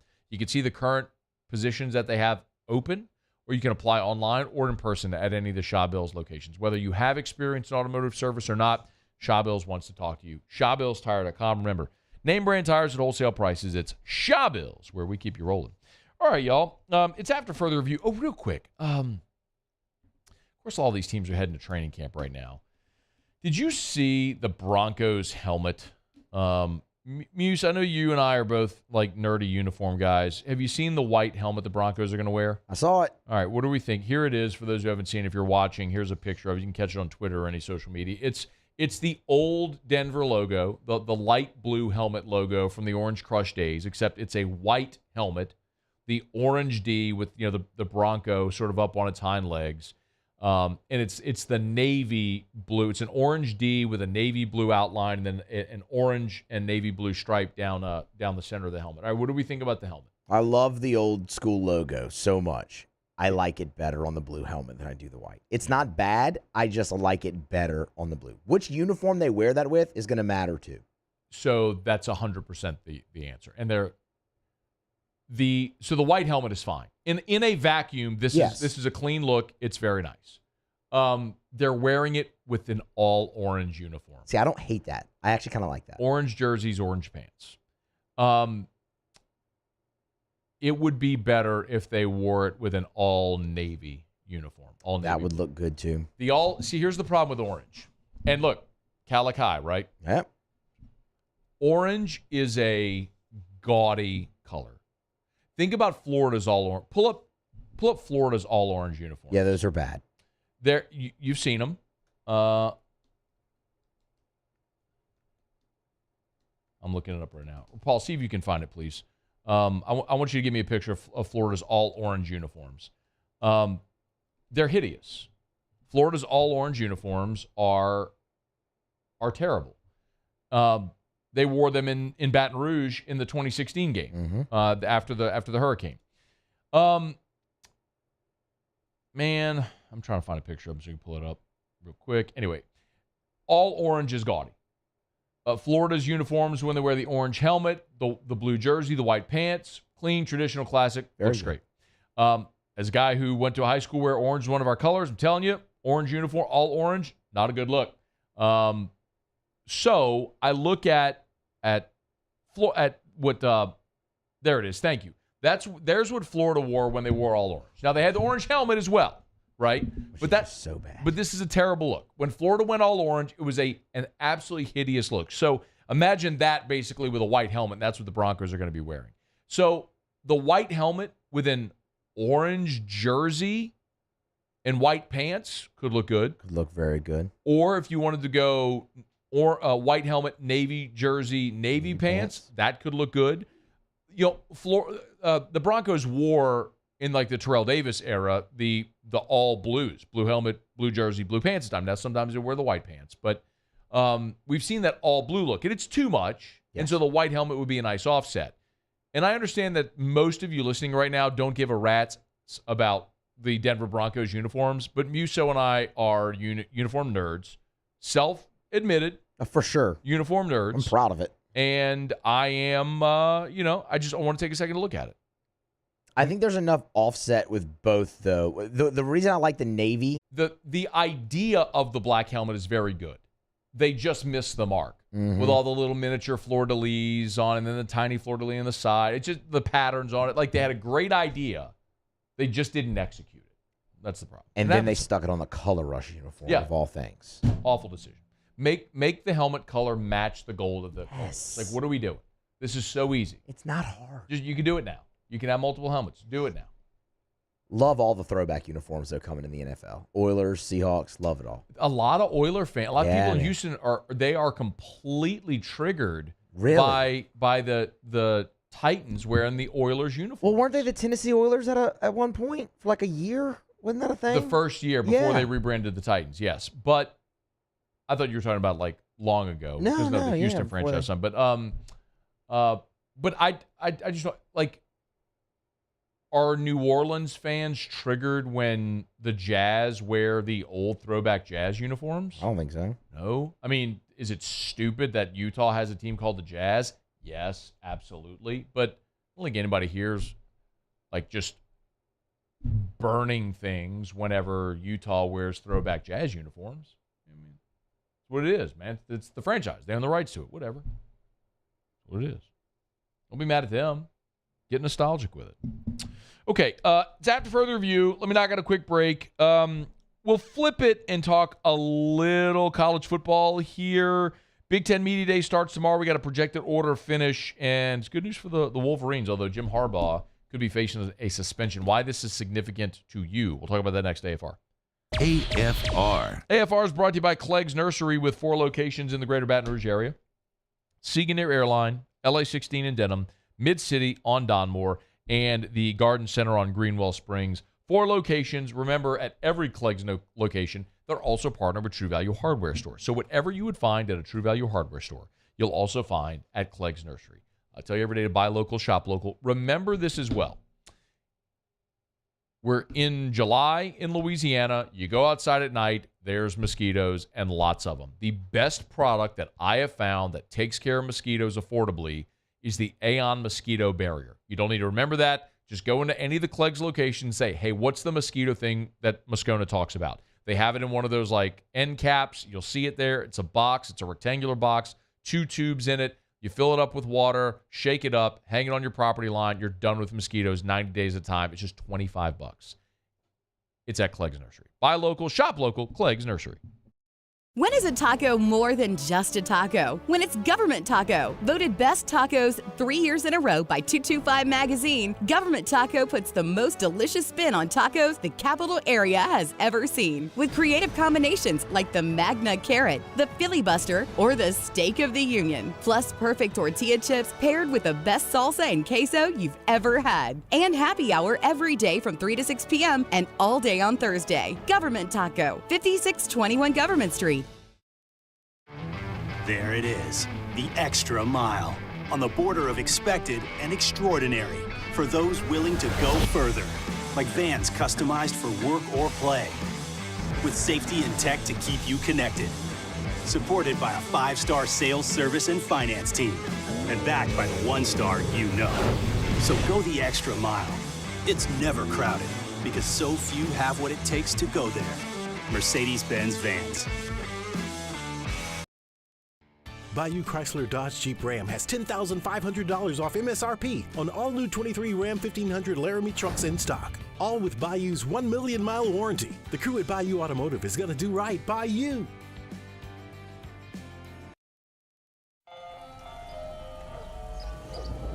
Hey there, little buddy. What's the matter? What's the matter? My windows, siding, and my door. That's what's the matter. Relief Windows can fix all that. I got you. Pop, pop. What's up? Oh my gosh, look! Curb appeal. That's a good-looking neighborhood. ReliefWindows.com. Oh, hey, what's up? It's Big D and Bubba, 100.7 The Tiger Morning Show. We'd love for you to join us every weekday, 4 a.m. till 9 a.m. Yeah, everything you want in a show. Country music. We got laughs. We got celebrity in-studio guests. We just need you. Join us every weekday morning, 4 a.m. to 9 a.m., right where it all started. That's right. Louisiana's country station, 100.7 The Tiger. Dylan Cruz here to tell you about Six Rings Baseball and Softball Camp. If you live on the North Shore and play ball, go to Six Rings Camps with former LSU assistant coach Dan Canaveri. His knowledge is second to none, and your child will improve and have fun doing it. Camps were held at Coquille Park and Six Rings Academy in Covington with 4 sessions over the summer. Full day and morning only sessions are available from ages 7 to 13. Go to sixringsbaseball.com or call 985-206-9096. Learn the game to love the game. Gulf Coast Office Products is a nationally recognized Savin office equipment dealer based right here in Louisiana. Over 100 employees strong, Gulf Coast has the boots on the ground to support.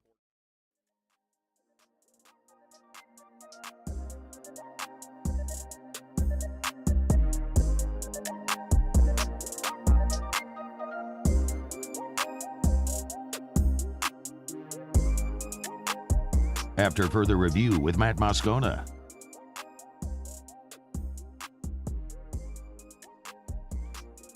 Jim Harbaugh might be suspended for 4 games. Hat tip Ross Dellinger, our buddy from Yahoo Sports. By the way, no hat tip to Ross Dellinger. Boo you, Ross Dellinger. You were on our show yesterday, clearly sitting on this story that you were about to break, and didn't even give us so much as a little bit of an inkling that something might be coming. No tease whatsoever. What kind of friend are you, Ross Dellinger? A pox on you, Ross Dellinger. I hope Pete Thamel beats you to every scoop from now on. Not really. But seriously, man, guy was on the show yesterday. What are we doing, Ross? What are we doing, Delly? Can't give us a little bit of a hint that this was coming? So Harbaugh and the NCAA are working toward a negotiated resolution that's expected to see him suspended for 4 games this year. Apparently, he gave false statements to investigators about recruiting violations. And as we know at the NCAA, the cover-up oftentimes is greater than the crime. Just don't lie to the NCAA. Harbaugh maintains he didn't recall the events they were discussing and was not purposefully dishonest. They actually tried to get him to come back and sign a statement. He said he refused to sign any document or publicly state that he was untruthful with the enforcement staff. Harbaugh maintains he didn't intentionally lie.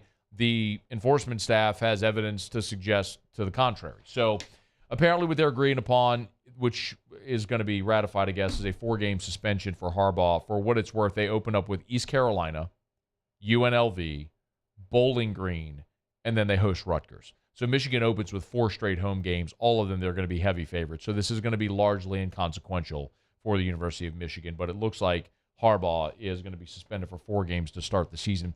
That's far, I think, less consequential. I understand why that's going to be a thing and why people are going to pay attention to it and should. I mean, you're talking about a head coach who's, of a team that's got national championship aspirations that is going to be suspended for likely 4 games. So I do understand why people are going to pay attention to that. What I think is of greater consequence today, however, is Big Ten Media Day starts on Wednesday, and the media put out their projected order of finish today, Tuesday, before Media Days. They do it in reverse of what the SEC does. And Michigan is an overwhelming favorite to win the Big Ten East with 27 first-place votes. Ohio State was second in the Big Ten East with 8.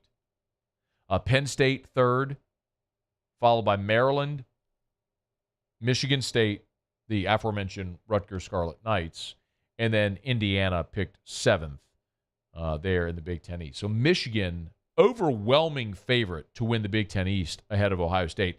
Just very quickly in the West, if you're wondering. The Big Ten West, by the way, the Big Ten West has had a different champion each of the last 4 years.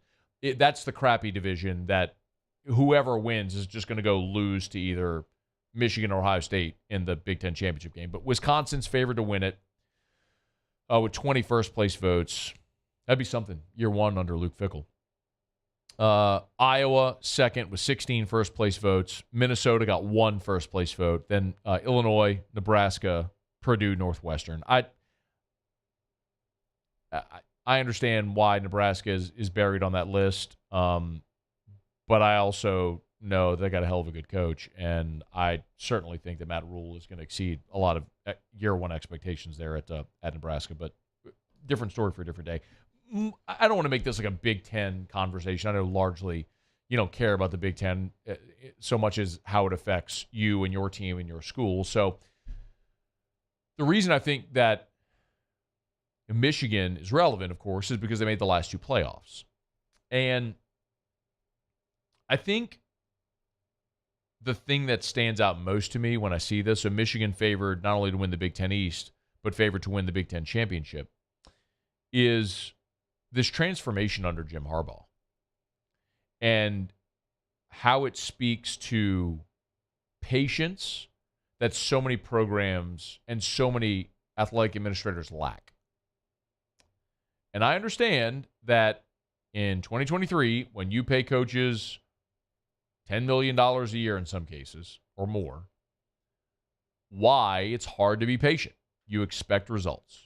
If you're in College Station, you expect results from Jimbo Fisher. You signed him to a 10-year, $75 million deal. You extended him. You're expecting more than what you got, and that's not incorrect. But I think it's also, there's something to be said for what having patience can do when you allow someone to continue building and toiling. Jim Harbaugh didn't break through and get into the playoff until year 7 in Ann Arbor. And now he went back-to-back in year 7 and year 8. But it took him 7 years to break through. And in the COVID year, they were 2-4. They had a terrible, it was COVID, but they were 2-4 in COVID. And the next year, they were in the playoff. So, and they've beaten Ohio State twice now, so they finally broke through. It is interesting to look at Jimbo Fisher as the comp, right? Because the expectations in College Station have been far greater than what they've delivered. They've gone 9 wins, 8 wins, 9 wins, 8 wins, 5 wins. So there is a far greater expectation than what Jimbo Fisher has delivered. But if they continue on this path, will he ultimately be able to break through and win big there? I don't know. But maybe A&M is following the same track that Michigan did. When it appeared as though, of course, Ohio State was the team that was the perennial college football playoff contender, and Michigan could never get over the Ohio State hump for almost a decade. And now that looks like it's flipped. Michigan's the team that's going to back-to-back playoffs. They're favored to win that conference again and perhaps go back again this year with a quarterback returning, and Blake Corum, the great running back, is returning. I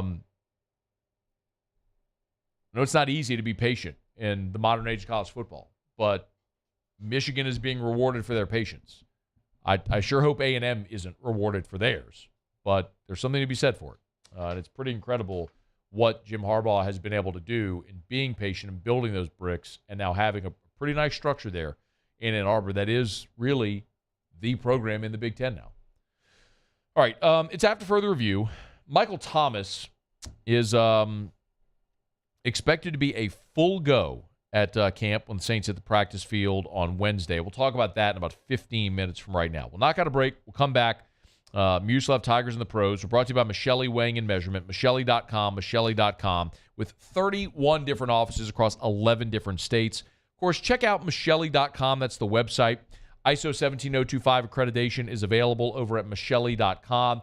You can learn more about their TRACK system. TRACK stands for Track Records, Assets, and Calibrations. It's a free service for all of their customers which allows you 24/7, 365 access to all of your calibration certificates. Imagine if you get audited. Well, that system gives you immediate access to all of your calibration certificates down to the name of the technician who calibrated your devices.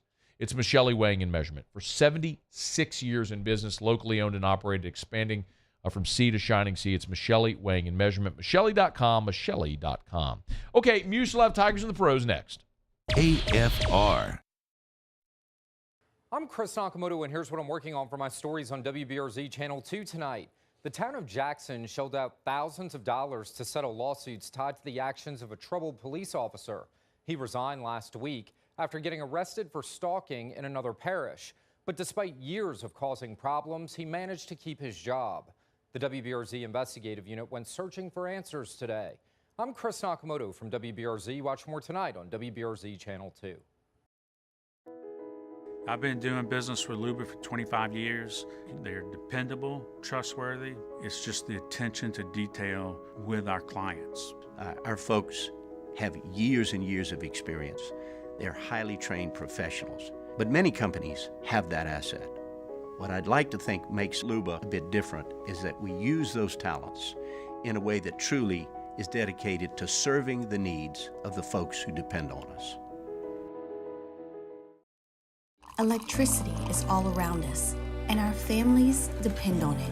Every day is sparked by the power of a cold drink or a warm meal, a movie night, and a comforting light at the end of a dark hallway. From sunrise to sunset, playtime to bedtime, our team is ready to take care of your electrical needs, even in the case of an after-hours emergency. The light in your life shines brighter with Mr. Electric.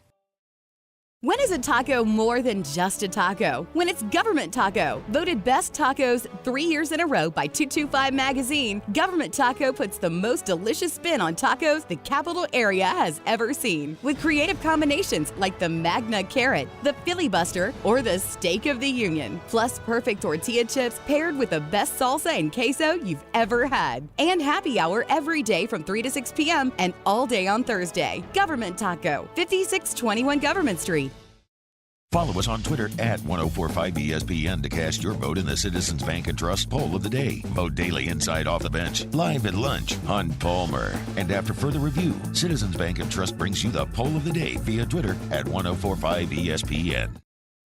Hey, what's up, y'all? It's that time again. It's heating up. Your boat's getting ready to come out and spend all summer on the water. It's time to take your boat to the next level with front-to-back boat service, where if you want an incredible custom speaker install, it's going to blow people away in the water, that's there for you. You want an HD sonar where you can see the fish under the water before you cast, beat all your friends, that's there for you at front-to-back boat service. So don't put it off. We got the parts in right now. Get them now before they go back on back order. Front-to-back boat service.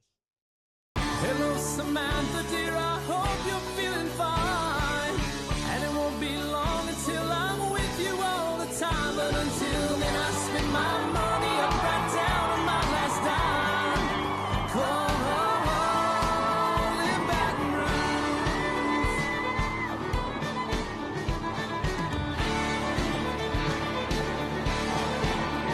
I'm ready, what you put me on through. Gotta send my love down the back. I've been doing business with Loomis for 25 years. They're dependable, trustworthy. It's just the attention to detail with our clients. Our folks have years and years of experience. They're highly trained professionals, but many companies have that asset. What I'd like to think makes Luba a bit different is that we use those talents in a way that truly is dedicated to serving the needs of the folks who depend on us.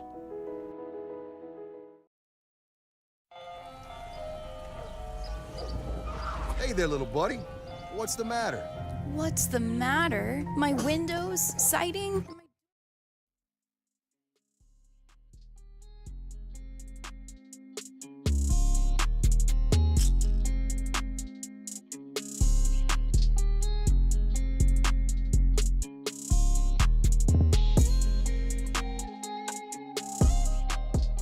After further review with Matt Moscona.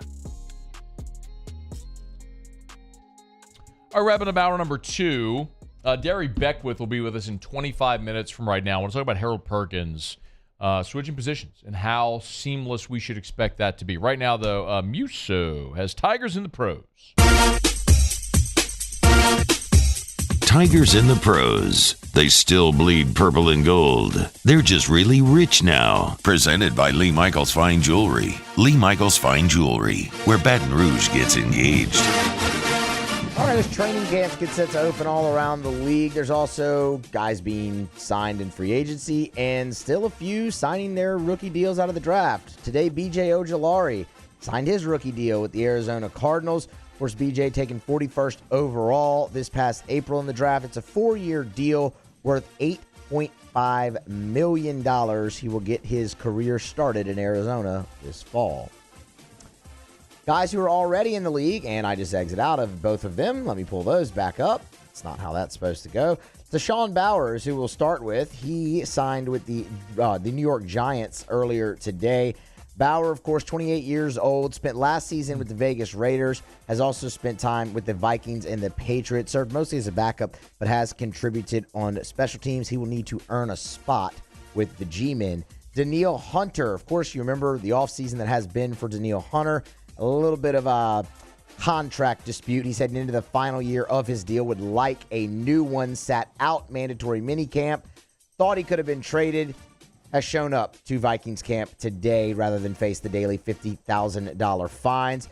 Hunter, 10.5 sacks last season, 71 career sacks in 102 games with the Minnesota Vikings. See if they get that contract hammered out there. Daily $50,000 fines. Yeah. Think about, what's the average salary in the United States of America? While you look that up, Alex Bregman. The average salary in the United States of America is $58,260. That's the daily fine for not showing up to an NFL training camp up in Minnesota for Danielle Hunter. The average American salary is the amount of the fine daily. Moral of the story. Go to work. Yes. Go to work and be a professional athlete if you can. Yes. Be a well-paid. Work hard, be good at sports, and go to work. Be a well-paid professional athlete if you can. Yes. There you go. Alex Bregman, 3 for 5 last night in the Astros victory. One double, his 14th of the season. The other 2 hits were singles. Did come around to score twice, did Bregman. The Astros beat the Texas Rangers. Josh Smith last night. 1 for 4. The one was his 4th home run of the year. He would score another run in the ball game. What? How could you have that in there and not give me the heads up so I can pull up the video? So you can pull up the video? Yeah. Here it is. I got it. No worries, Muse. There it is. Come on, man. Shot to right field. Little pull side shot for Josh Smith there. Little pull side shot. Okay, it was right a second center. decker, bro. Right center. He hit it in the second deck. He crushed A it. little pull side shot. All right, elite. He smoked it. An elite pull side shot from Josh Smith last night in the 4th inning. Solo blast. Gives him his RBI, and again he'd come around to score a second run in the ball game. 1 for 4. For Smitty. That's Tigers in the Pros. Presented by Lee Michaels Fine Jewelry, LMFJ.com. LMFJ.com for Lee Michaels Fine Jewelry. 9 locations in all. 2 in Baton Rouge, but also New Orleans, Lafayette, Shreveport. Online, LMFJ.com. LMFJ.com, where really Baton Rouge and all of Louisiana gone to get engaged for more than 30 years. It's Lee Michaels Fine Jewelry, where you'll always get the Lee Michaels experience. If they don't have what you're looking for, they can make it for you within your budget. Lee Michaels Fine Jewelry. LMFJ.com. LMFJ.com for Lee Michaels Fine Jewelry. All right, y'all, it's after further review. We're glad to have you aboard with us here. Remember, you can always email us. You can tweet us. You can jump in the Bayou Ford. Twitter world. Thank you, George. You can bump in the Bayou Ford YouTube chat on YouTube, or you can always text 225-396-4400, 396-4400, 396-4400. We've done a lot of Saints stuff already today. We got more. It just... There was a glut of Saints news. Saints signed 3 players. Mickey Loomis and Dennis Allen met with the media today. When we come back, I want to talk about Michael Thomas. And we've talked about him a lot, but on the eve of camp, I want to talk about what should be a realistic expectation for Michael Thomas. So we're going to get to that coming up right after After SportsCenter, Darry Beckwith will be here, and we'll talk about the 2 offensive linemen that the Saints added today as well. Hour number 3, staring you straight in the face, coming up right after SportsCenter. Don't you move. AFR. AFR is brought to you by the Aesthetic Medicine and Anti-Aging Clinics of Louisiana, Bluebonnet in Baton Rouge, Ambassador Caffrey in Lafayette, and online at theantiagingclinics.com, theantiagingclinics.com. Hey, remember, all this month, great discounts on Vaser Lipo, performed by Dr. Todd Howell, award-winning cosmetic surgeon Dr. Todd Howell. A few years ago, they went to the National Aesthetic Show in Las Vegas and won the award for the nation's best aesthetic practice. Did you hear me?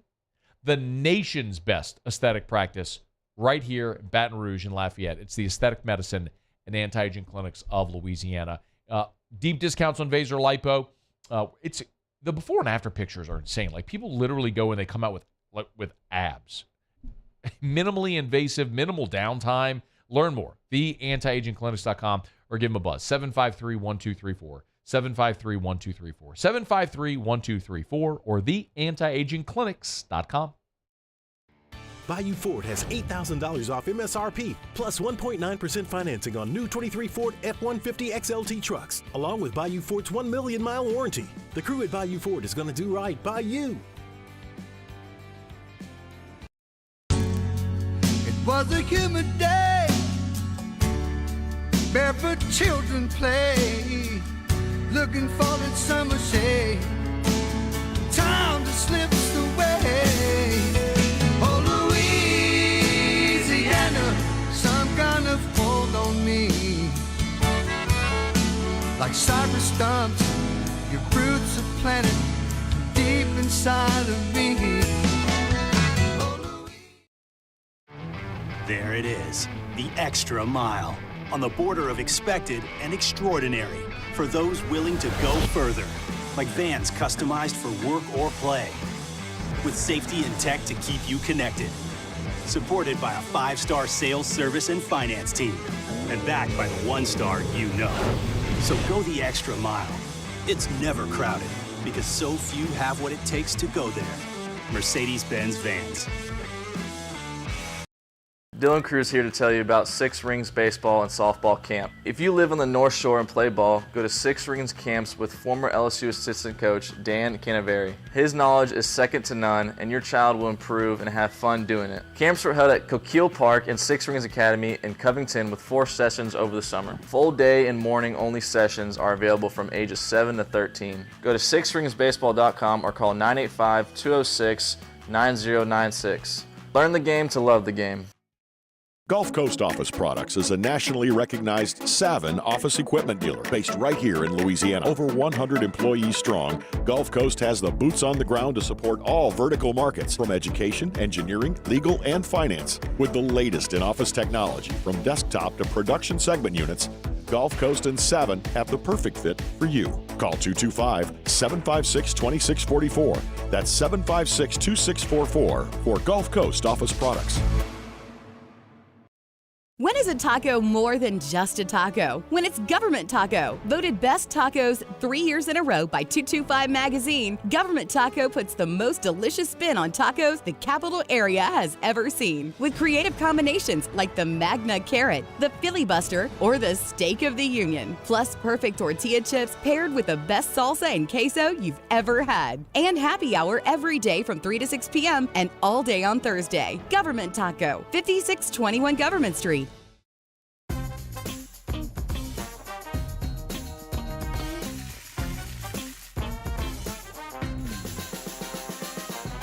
The best kept secret in town is out. Discover Tallulah at the Renaissance Hotel on Bluebonnet.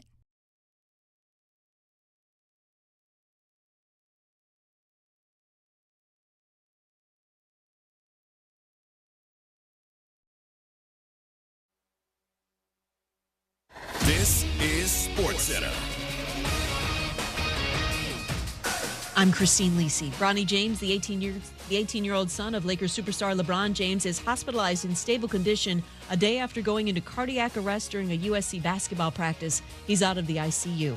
Richest deal in NBA history now belongs to Celtics shooting guard Jaylen Brown. ESPN's Mark Spears reports Brown's agreed to a 5-year, $304 million Supermax extension. Michigan and the NCAA in discussions about a so-called negotiated resolution for a 4-game suspension for football coach Jim Harbaugh to start this season. It's tied to an NCAA recruiting investigation into the Wolverines. ESPN radio host Harry Douglas. Why does it have to be the first 4 games? Because to me, when I'm looking at their schedule, why it can't be the last 4 versus Purdue, Penn State, Maryland, Ohio State? That would leave a bigger imprint versus suspending him for the first 4 games versus East Carolina, UNLV, Bowling Green, and Rutgers. Harry Douglas on ESPN Radio Afternoons. ESPN's Jeremy Fowler reports Cowboys star corner Trayvon Diggs finalizing a 5-year, $97 million extension, $42 million guaranteed. ESPN Radio is presented by Progressive Insurance. Progressive makes bundling easy and affordable. Get a multi-policy discount by combining your motorcycle, RV, boat, ATV, and more. All your protection in one place. Bundle and save at Progressive.com. Matt Moscona. I'm very important. After further review. Say it one more time. After further review with Matt Moscona. And here we go. Live from the Mercedes-Benz of Baton Rouge Studios. Let's ride.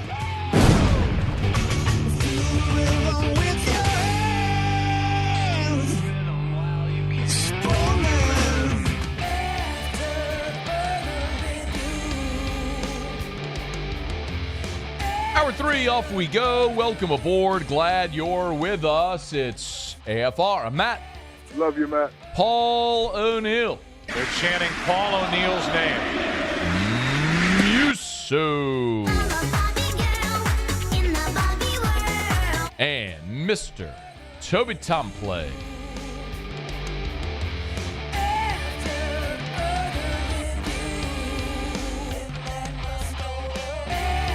All right, we're here. Glad you are as well. 5 o'clock quitting time. Glad you are driving home with us. We got a ton to do here. Darry Beckwith in 15 minutes. Want to talk about Harold Perkins moving to the inside. How's that going to work functionally? We'll talk about that with the former All-SEC linebacker. Big news for the Saints today. They added Jimmy Graham.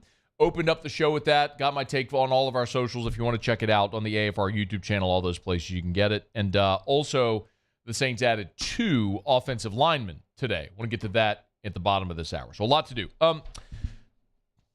On Monday night, on the eve of the Saints reporting, Nick Underhill from NewOrleans.football reported that Michael Thomas was expected to be a full participant at Saints training camp.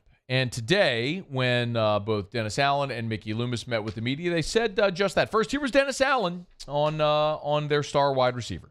Our expectation is that Mike's going to be a full participant. He came in last Thursday, did his physical, went through the conditioning test, looked great, moved around, awesome. He's in good shape. And so, yeah, our expectation is that Mike will be a full participant. And I think, if I'm not mistaken, that's what Mike said he was going to do when he left out of here in the spring. And generally, when Mike sets his mind to something, he gets it done. Awesome. Glad to hear it. It's better than there being some setback or delay. Mickey Loomis, when he met with the media on Tuesday, also gave his sentiments on where Michael Thomas is right now.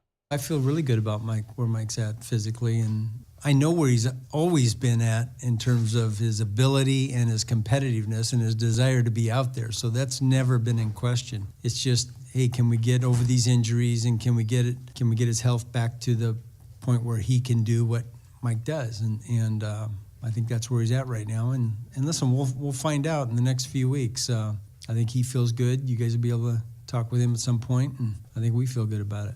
Okay, so the head coach and the GM expecting Mike Thomas to be a full participant at camp. They feel good about where he is now. I want to remind you of something. I want to go back, just for context, 1 year ago. 1 year ago at the start of camp in 2022. When Michael Thomas surprised everybody, and was there to start training camp. Here was Dennis Allen last August.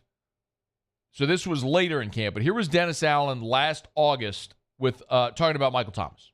I'd say I think he looks good out there.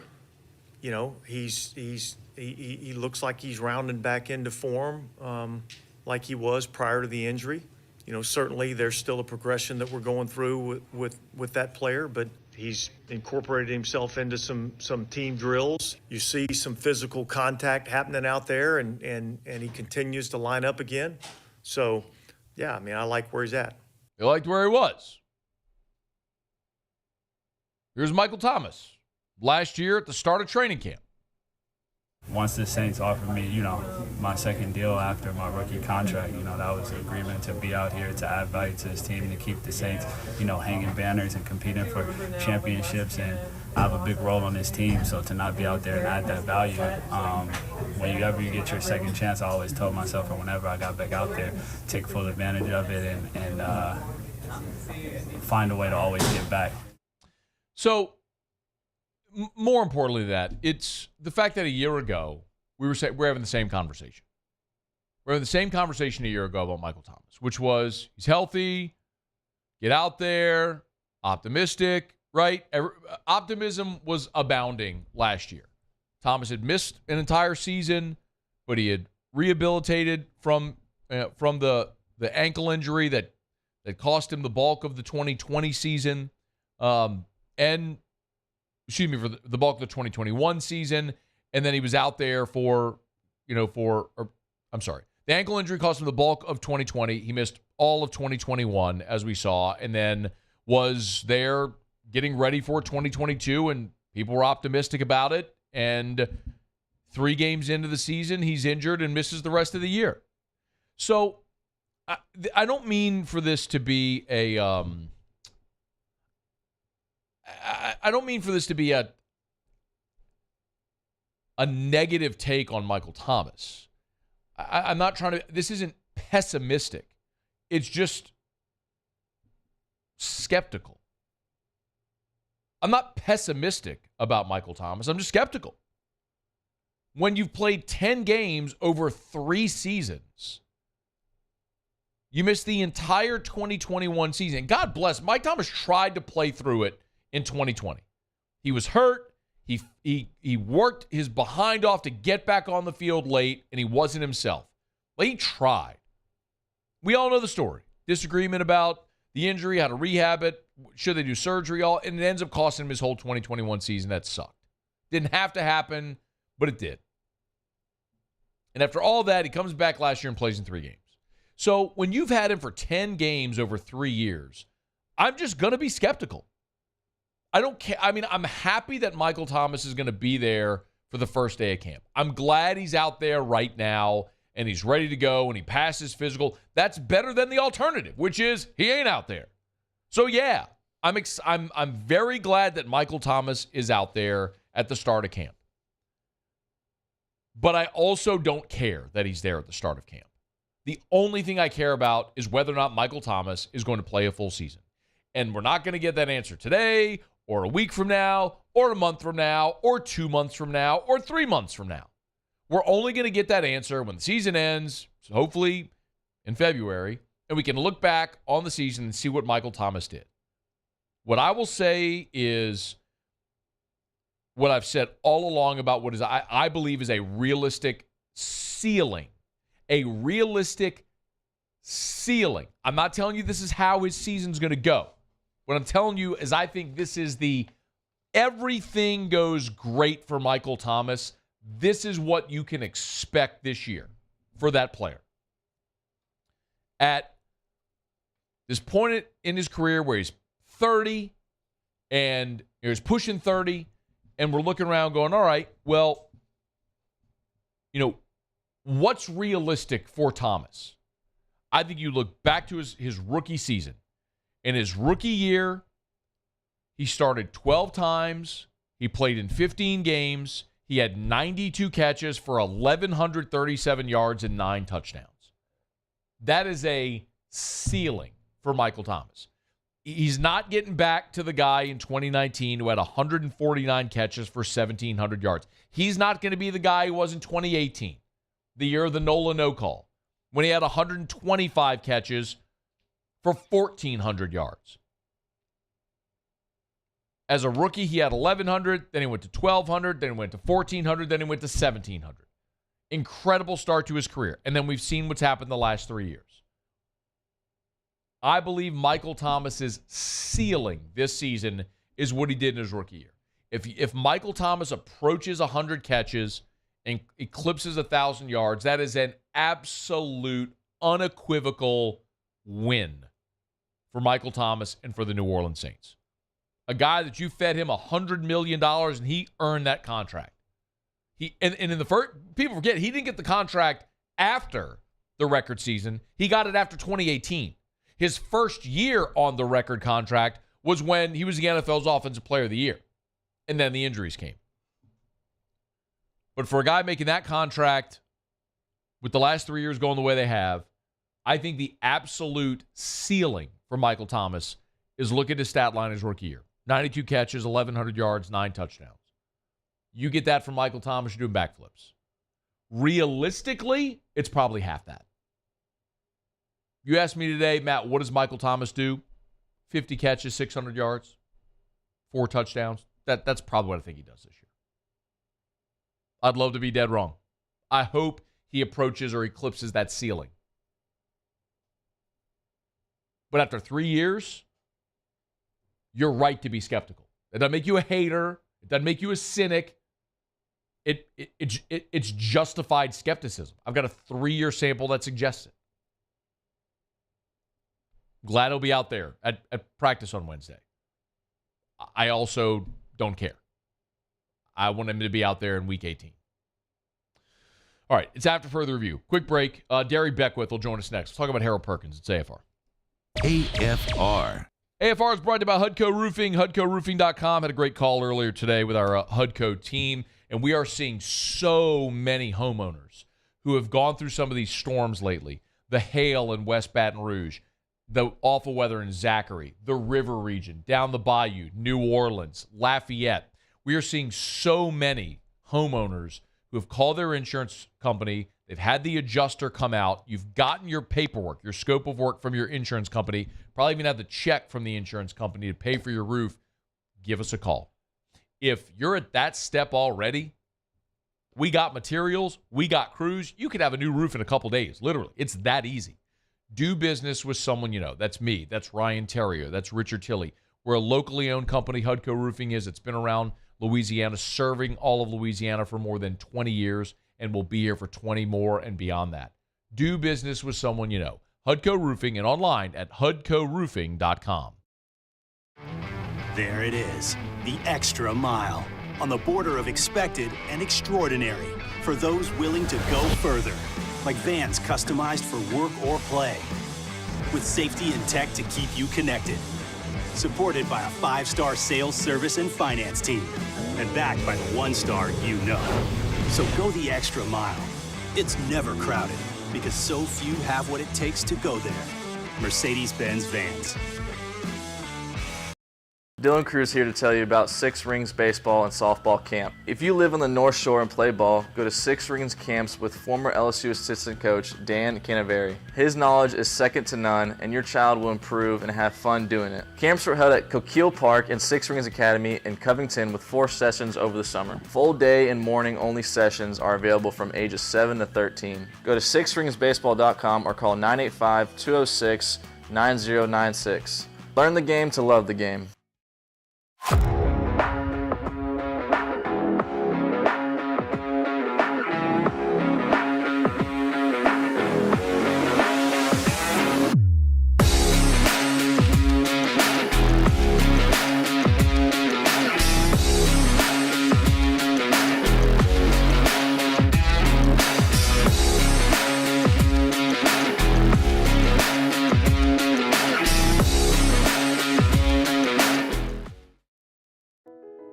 I've been doing business with Luba for 25 years.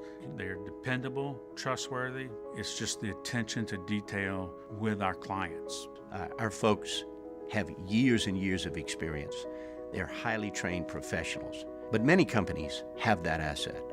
What I'd like to think makes Luba a bit different is that we use those talents in a way that truly is dedicated to serving the needs of the folks who depend on us.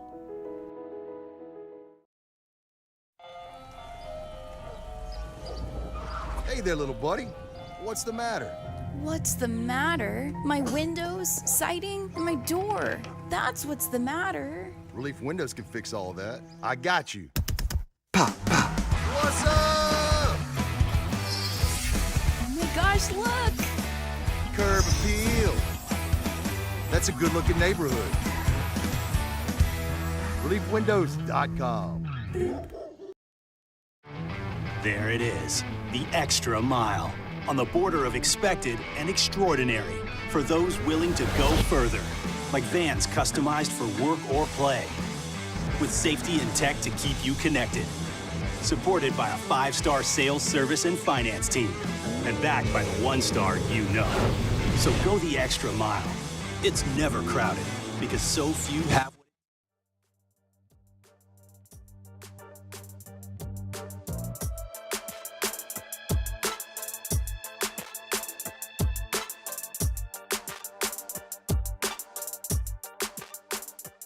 After further review with Matt Moscona.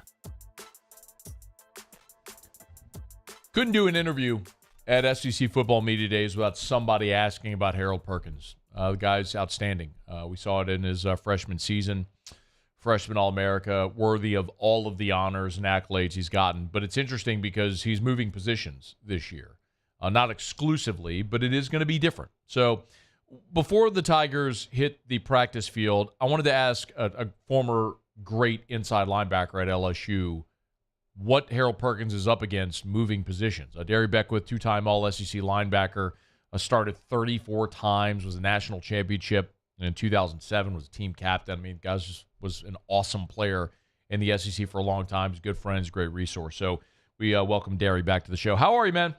I'm doing good, Matt. How are you? Man, I'm doing great. It's always a pleasure. Hey, let me just start with just functionally Perkins moving positions. When you go from that jack roll to moving inside, how easy or difficult is that? It's kind of difficult because, think about it, even Harold Perkins in high school, when he did play defense, his main objective was to be the athlete that he is. And they were just rushing the passer off the edge.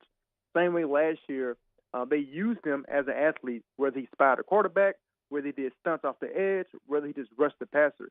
Obviously, in the Arkansas game, he basically won the game with his athletic ability, being able to track down the running back.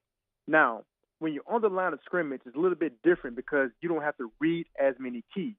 Now, with him playing off the ball a little bit more this year, he's going to have to be able to read his keys, especially playing against an RPO offense. He has to be patient on when to attack, when not to attack.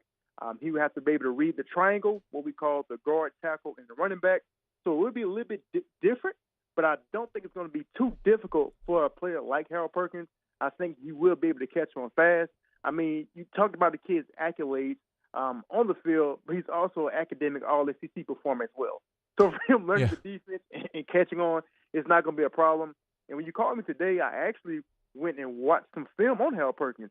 And when I saw a few highlight films of him playing inside linebacker this past season, I kind of thought, look, man, I don't think the kid's going to have an issue at all. I think it may be just a slight growing pain, but I think he's going to be phenomenal playing the inside linebacker position, and his body type and his body frame fit today's inside linebacker. What do you think will be the most difficult part of that adjustment?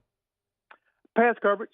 Obviously, dropping in pass coverage, knowing zone read concepts, especially if Matt House does love to play a lot of zone. So he's going to have to get adjusted to having wide receivers cross his face, running backs coming out the backfield, playing that jack position. He really didn't have to drop in coverage as much. He wasn't asked to do as much. He was either rushing the passer or spying the quarterback. But now being able to drop in coverage, I think that'll be the biggest adjustment his pass coverage skills. Now, as far as him reading the run, attacking and tackling in the open field, that's not going to be a problem because that to him is just like riding a bicycle. Yeah. So last year we saw Harold Perkins do kind of what you described, right? Just go on the edge and be athletic. Now, and Brian Kelly's even said, Darry, he's still going to do some of that, right? Like he's still going to be in that jack spot at times, but he's also going to play on the inside. So is it easy in the middle of a game to just move around like that, to play inside and then to go play that jack spot? Absolutely, because they're going to do it situationally. So, for instance, if it's 3rd and long, they probably will move into that jack linebacker position and say, look, go rush the passer, or third and long, he can be able to spot the quarterback. I think the great thing about this group, this linebacker group, they have great rotational pieces this year. Obviously, you have Greg Penn that's still available, then the transfer from Oregon State, Omar Speech. So they will be able to get him in that jack position in the middle of the series, especially if it's third and long. And a player and an athlete like Harold Perkins, is not going to be difficult for him at all. Reminds me of a guy that I played with, different positions, the same athletic ability, is Chad Jones. When he was a freshman, they put Chad in situations where he had to maybe blitz off the edge in the middle of a series, or he had to, guard the back out the backfield, and he was able to adjust. So this situation for Harold Perkins to adjust in the middle of a series from moving position is not going to be difficult for him at all.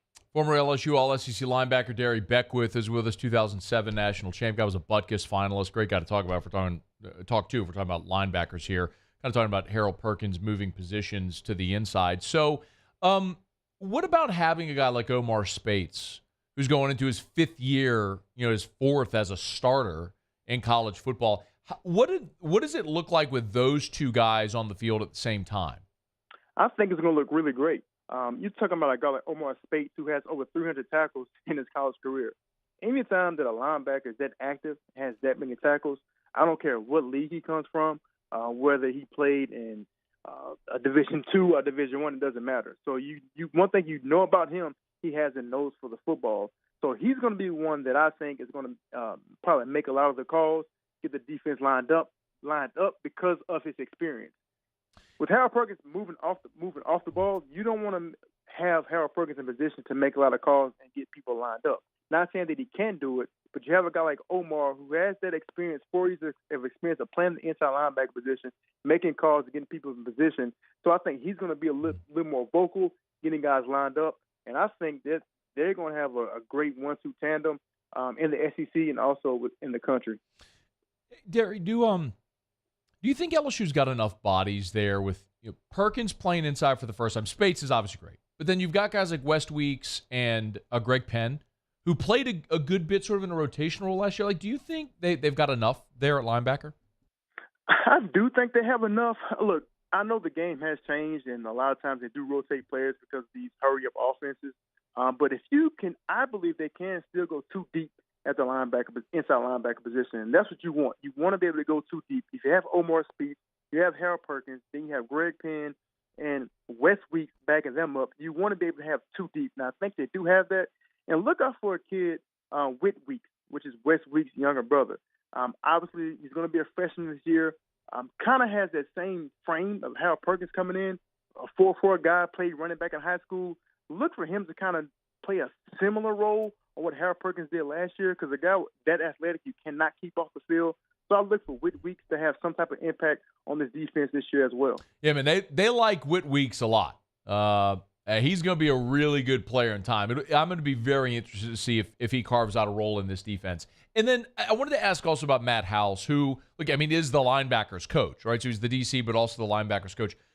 When you watch him, when you watch his defenses, and particularly how multiple they are at times, Darry, and creative in the front seven, what stands out? I think his ability to adjust from game to game. Obviously, he never goes in with the same game plan. Obviously, he may have the same front, but I can remember them playing against Alabama. I thought that was the best defensive game that he's called all year. He did a lot of slants, a lot of stunts with the D linemen to get Bryce Young kind of rattled and get him out of pocket as well. And his ability to use players in their skill sets. Obviously, they finally realized, probably after the Tennessee game, we need to have Harold Perkins on the field. So right. when they realized that, I think the defense kind of took off. And I think people have to realize, too, this is an adjustment for Matt House. This is an adjustment for Mike Denbrock and Brian Kelly. They have never been around this much talent. Obviously, Matt House playing in Kansas City, you can say the NFL, cool. But as far as college football, they have not been around this much talent. And so when you're around this much talent, it can be overwhelming because you're not used to dealing with it. And so I think this first year was a huge success, way above anybody's expectations. So I think coming into year two, everyone's kind of settled down. They realize the athletes that they have, and I think Matt House is going to take that next step and be even more multiple and creative on defense this year. Darry Beckwith is with us. One more about Perkins, and I think this is so many people are looking at Harold Perkins and assuming, he has the great year last year, the double-digit tackles for loss, the 8.5 sacks, and they look and go, okay, well, all those numbers are just going to multiply this year. Well, with him moving and playing more inside, is it realistic, Darry, to think that we're going to see those tackles for loss, those sack numbers grow with him playing primarily a different position? No, it's not realistic because now you're asking him to play off the ball. So if he's going to be blitzing, he's going to be up the middle. A lot of times when you blitz up the middle as an inside linebacker, you got to take on a lot more blockers. You're not as free. So he's not going to have the type of sacks that he had last year, specifically if they are playing in more inside linebacker position. But even with that, I don't want the LSU fans to get into a mindset and say, where's Harold Perkins? Why is he not getting enough sacks? Why is he not pressuring the quarterback? The guy's going to be a great inside linebacker. Even if his sacks goes down, he's still going to make an impact on the field, running sideline to sideline, being able to cover running backs out the backfield. And also, the ability as an inside linebacker to be able to blitz up the middle is a strong suit. And that's something Harold Perkins can do. So if he's able to blitz up the middle, cause pressures, get the quarterback rattled, get him out the pocket and let someone else make the sack, it's going to be a win-win situation. So if fans don't see 8 sacks or 5 forced fumbles, and they do not say, where's Harold Perkins? That's one thing I think LSU fans get in the mindset when a kid has a great freshman or sophomore year, they expect the same stats the following year. But you got to realize they are in the SEC. Teams know they're coming back, so you have smart offensive coordinators who are going to scheme accordingly to make sure that they don't wreck their game plan. I remember Grant Delpit as a sophomore had outstanding years statistically as a sophomore. His junior year, people were like, man, what is going on with Grant Delpit? What is happening? Grant Delpit played outstanding football his junior year, and I think it was a Thorpe Award winner. Yeah, he was. Just because statistically it wasn't there the year before doesn't mean they don't have a great impact. Yeah. By the way, Devin White in his career had 8.5 sacks. He's a pretty good player. Yeah. Absolutely. Probably the best to do it. All right, so then let me ask. I lied.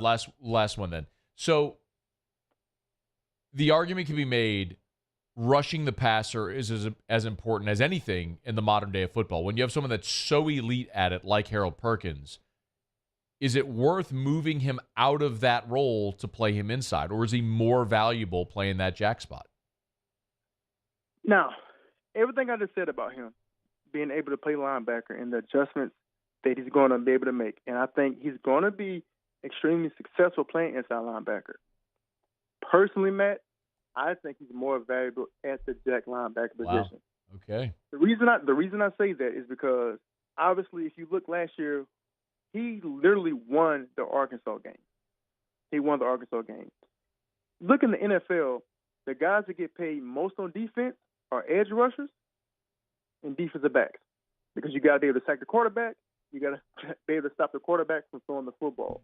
So I think he would have a greater impact at the jack linebacker position. Now, not saying that he's not going to be as successful as an inside linebacker, but in my opinion, as a whole defensively, I think he can make a great impact at that jack linebacker position. You look at someone like Tyrann Mathieu, how they used him in the slot. He wasn't your traditional cornerback. They moved Tyrann around. So if they can find some type of way to still move Harold Perkins around and not just be exclusively at the inside linebacker position, I know you mentioned earlier that Brian Kelly still is going to have him rush the passer and do the different things. If they can mix that in, okay, then I still think he can have a great impact. But if the season goes on and you see him not playing that jack linebacker position as much, I think that would be a mistake. So they're going to have a healthy balance of him playing the inside position and the jack linebacker position as well. He is Darry Beckwith, former Tiger great, also doing great work with the Darry Beckwith Foundation, DarryBeckwithFoundation.org. Real quick, Darry, tell everybody about the foundation. So Darry Beckwith Foundation helps student athletes in the area, and we give them an identity outside of sports. We help them with different enrichment programs, financial literacy, resume writing. We've given away scholarships, and we also feed local sports programs in the area. And before I move forward about that, Matthew Lofton of Jason's Deli, the manager on Burbank, he actually listened to your show, Matt, and he reached out to me.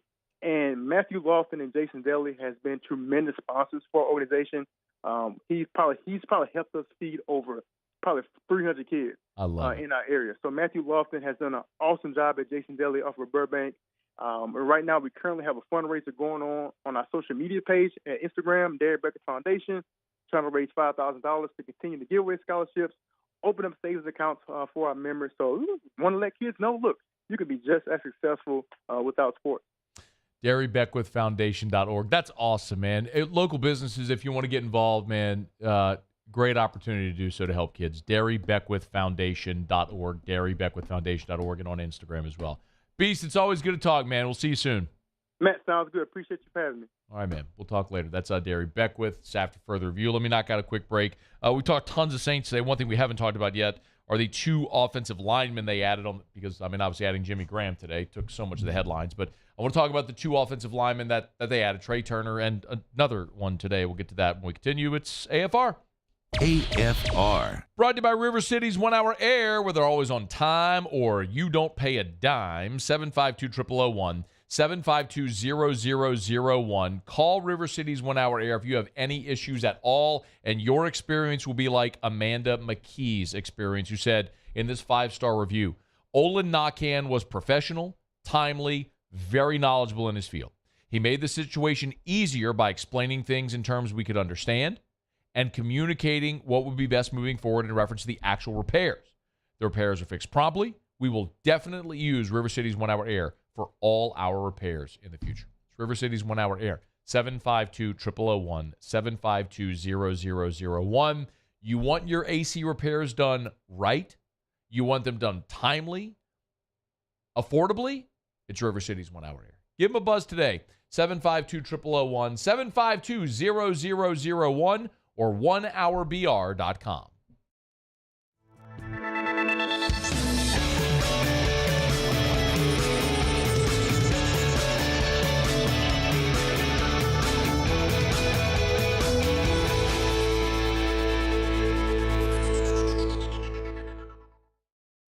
Follow us on Twitter at 1045ESPN to cast your vote in the Citizens Bank and Trust Poll of the Day. Vote daily inside Off the Bench, live at lunch on Palmer. And after further review, Citizens Bank and Trust brings you the Poll of the Day via Twitter at 1045ESPN. Rev Business started small in 1935. We built our reputation by providing hometown service with Louisiana hustle. For nearly 90 years, we've expanded across our great state, through the swamps and across the Mississippi, bringing fiber optics from the capital to the North Shore and down the bayou to the coast, all to connect your business with the world. Rev is about big business technology with small business personal service, powerful solutions, unmatched local service. Rev Business. The Windsor Senior Living Community in Mandeville, Louisiana is a beautiful, vibrant apartment community geared towards seniors. They are nestled right in the heart of Mandeville, where seniors live a more carefree lifestyle in spacious apartments with the peace of mind that comes from having a little extra help. Call the Windsor at 985-624-8040 to schedule a lunch and tour. Come see how the Windsor can be your passport to peace of mind. There it is, the extra mile, on the border of expected and extraordinary, for those willing to go further, like Vans customized for work or play, with safety and tech to keep you connected, supported by a 5-star sales, service, and finance team, and backed by the 1-star you know. So go the extra mile. It's never crowded, because so few have what it takes to go there. Mercedes-Benz Vans. Gulf Coast Office Products is a nationally recognized Savin office equipment dealer based right here in Louisiana. Over 100 employees strong, Gulf Coast has the boots on the ground to support all vertical markets, from education, engineering, legal, and finance. With the latest in office technology, from desktop to production segment units, Gulf Coast and Savin have the perfect fit for you. Call 225-756-2644. That's 756-2644 for Gulf Coast Office Products. When is a taco more than just a taco when it's Government Taco? Voted best tacos 3 years in a row by 225 Magazine, Government Taco puts the most delicious spin on tacos the capital area has ever seen. With creative combinations like the Magna Carrot, the Filibuster, or the Steak of the Union. Plus perfect tortilla chips paired with the best salsa and queso you've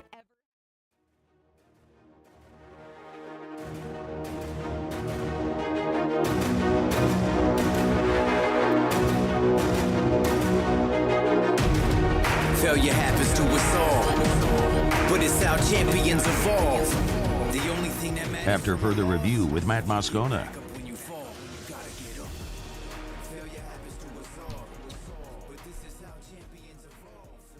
Saints will hit the practice field on Wednesday, and when they do, they'll have 2 new offensive linemen on board. We talked a good bit on Monday about Trey Turner working out with the New Orleans Saints, and yes, I told you from jump I was trying to remove my my purple and gold colored glasses because I want to make sure that I'm looking at this objectively. Love to see Trey Turner and all former LSU Tigers with the New Orleans Saints, but on a 1-year deal, I think this makes a lot of sense for the Saints. It gives you depth on the interior. This is a guy that's a 5-time Pro Bowler. He's got the skins on the wall. It is fair to say that his productivity has decreased. This will be the 4th team in as many years for Trey Turner. But if he's healthy and he's right, even at 30 years old, 31 years old, this is a guy that gives you a veteran option on the inside. So the Saints add Trey Turner, and for all the reasons we talked about Monday, I like that a lot. What surprised me is that they also added Max Garcia. Now, Max Garcia is a guy that fans in the South should remember because he played football at the University of Florida. And then he spent 8 years in the NFL now. He had 4 years in Denver. He was on Denver's Super Bowl 50 winning team. He was a rotational player, kind of a versatile backup with the Broncos, but spent 4 seasons with the Broncos and then 4 seasons with Arizona.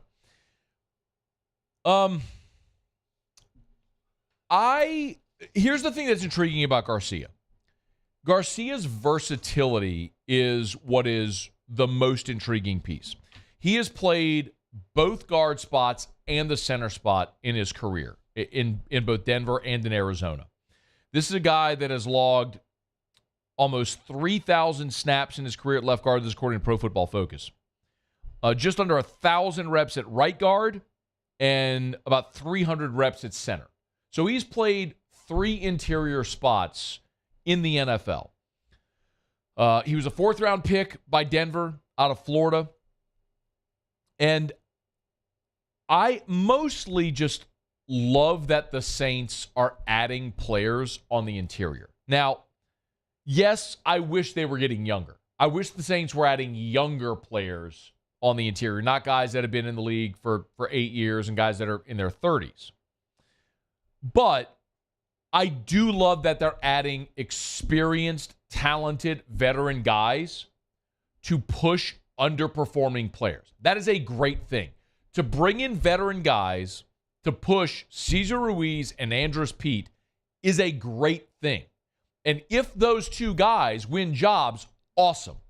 But if not, then you know you've upgraded spots. Now, this is one of those things where the numbers don't always tell the whole story.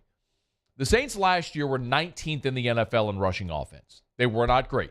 Part of that was the offensive line. Part of that also was Kamara's injury, the lack of a true number 2. And because you were losing a lot, you were throwing a lot late in the game. So the Saints' rushing totals weren't great. And similarly, they allowed the 5th fewest sacks in the NFL, only 38 sacks allowed. So part of that is maybe play calling, hat tip, veteran player in Andy Dalton for getting rid of the ball quickly. And sure, the offensive line as well for holding up at times. But while the stats weren't awful, the results of that offensive line at times a year ago were. And that's not acceptable considering all of the resources that you've invested in the offensive line. Eric McCoy was a 2nd-round pick. Pete and Ruiz were 1st-rounders. Ramczyk was a 1st-rounder. Hurst is a veteran guy who you signed out of free agency. but you also invested a first-round pick in Trevor Penning, and you didn't get but 6 games out of him in a backup role late in the season.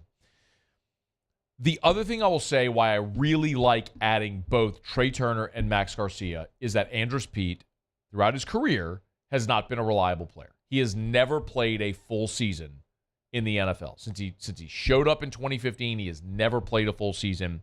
And the last 2 years, he has played a total of, he has missed a total of 16 games. So he played in 6 games in 2021, 11 games last year.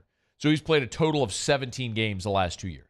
He's missed 16 games over the last 2 years. This is a guy who's long in the tooth.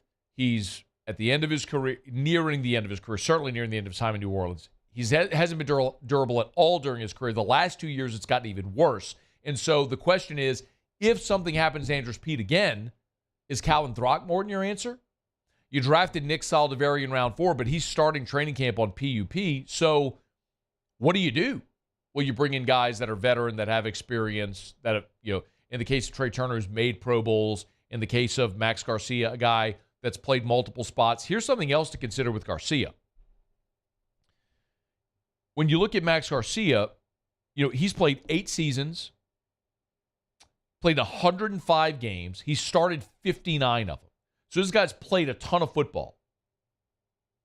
He's played left guard, right guard, center. It's basically the Will Clapp role that Max Garcia would fill into if he makes this team. And remember, Cesar Ruiz is your backup center.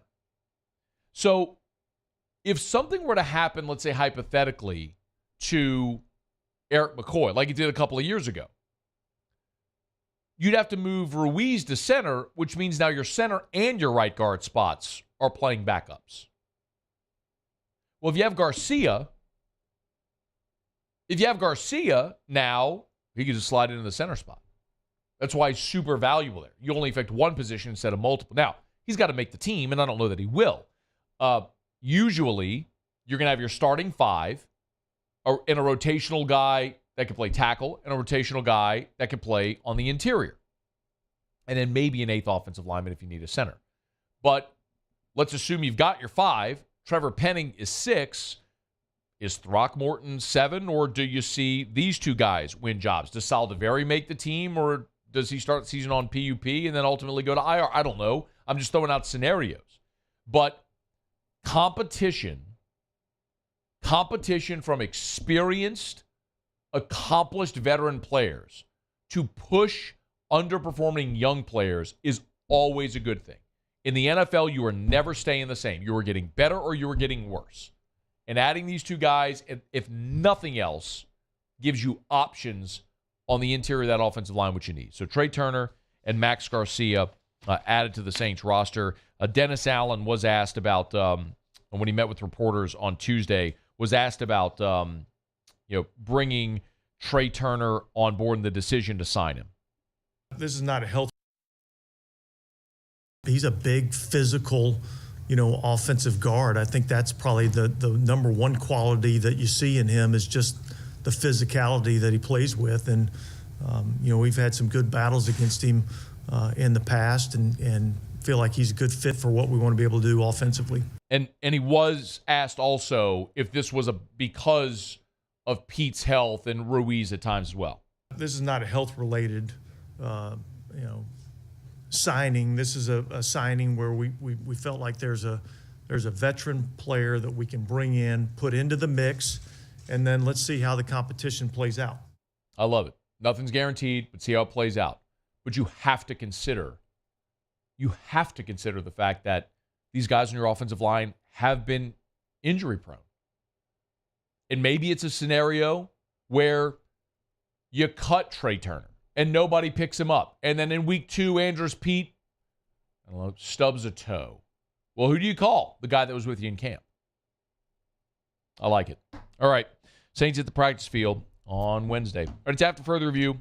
We're brought to you by DraftKings, the official sports betting partner of all of us here on AFR. And man, y'all know that I love the fight game. I love the fight game. And there is a massive boxing match this weekend. If y'all are going to be locked into it, make sure you download the DraftKings Sportsbook app. It's Errol Spence against Terrence Crawford. It's going to be a huge match. And if you're a new customer, you could right now download the DraftKings Sportsbook app. Make a $5 bet. Make a $5 bet on that fight, Spence against Crawford. They'll give you $150 in bonus bets instantly. And got a great UFC card this weekend as well. DraftKings, official sports betting partner of the UFC. We're going to see a guy from Lafayette. Of course, Dustin Poirier is going to fight Justin Gaethje. I'm fired up about that fight and that card this weekend as well. Download the DraftKings Sportsbook app. Use the promo code Baton Rouge. Make a $5 bet. They'll give you $150 in bonus bets instantly at the DraftKings Sportsbook with the promo code Baton Rouge. 21 and older, physically present in Louisiana. Select parishes only. Bonus bets expire 7 days after issuance. Eligibility and deposit restrictions apply. Terms at sportsbook.draftkings.com/MMA terms. Licensee partner Golden Nugget Lake Charles. Gambling problem? Call 1-800-GAMBLER. 1-800-426-2537. All right, y'all. It's after further review. We will knock out a quick break. Muso's not going to be talking to the person who did that. We'll wrap up with what we learned when we come back. We're not going backwards. We're going forwards, so we can all go home. All right, we'll wrap up the show next. Stick around. It's AFR. AFR. Love telling you about Pluckers, and it is anniversary week over at Pluckers. You realize 20 years ago, 2003, my guy, Stevie Levy, the king of the wing, opened up the original Pluckers right there on Nicholson. Well, they're celebrating 20 years. Well, the Nicholson anniversary is coming up. We'll do the big celebration in next month, in August. But all this week, for all of Pluckers, it's the 28th anniversary for Pluckers as a whole. And every day this week, they've got great specials at Pluckers. Tonight, dine-in only. Tonight, $5 Pluckers nachos. Are you stinking kidding me? Get on by and check it out. You also, because it's anniversary week, if you join the Pluckers Club during anniversary week, they're increasing all of the payouts for the Pluckers Club. You can learn more. Ask your server when you get on by. Pluckers. Nicholson, Bluebonnet, dine-in, carry-out, or delivery. Pluckers. You don't like our wings. We'll give you the bird. I've been doing business with Luba for 25 years. They're dependable, trustworthy. It's just the attention to detail with our clients. Our folks have years and years of experience. They're highly trained professionals. But many companies have that asset. What I'd like to think makes Luba a bit different is that we use those talents in a way that truly is dedicated to serving the needs of the folks who depend on us. Bayou Chrysler Dodge Jeep Ram has $10,500 off MSRP on all new 23 Ram 1500 Laramie trucks in stock. All with Bayou's 1 million mile warranty. The crew at Bayou Automotive is going to do right by you. Make this summer your backyard party year with Chris's Specialty Foods. Wings, burgers, brisket, steak, and boudin, plus great Cajun side dishes. We do all the prep, and you enjoy laughing with friends and family. Chris's Specialty Foods, Millerville, New Orleans, Prairieville, and Frisco. Everybody loves Chris's authentic Cajun meat.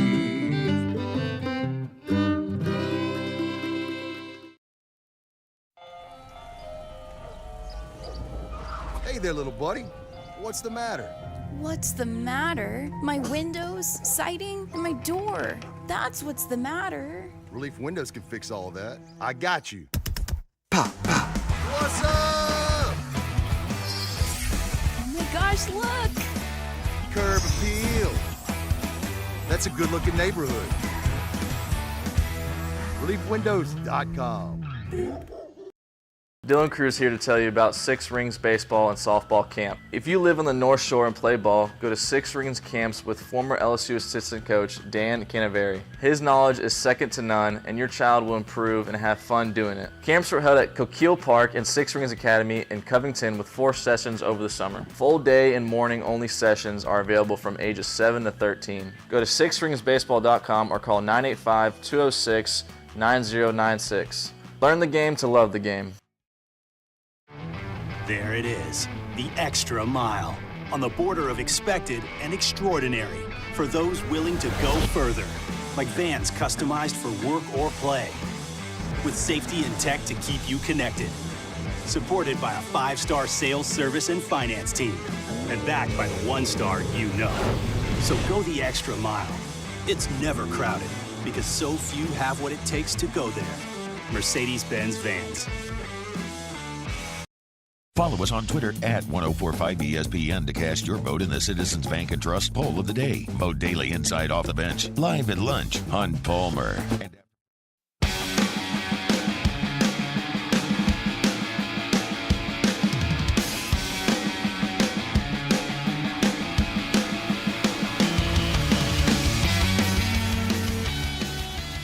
After further review with Matt Moscona.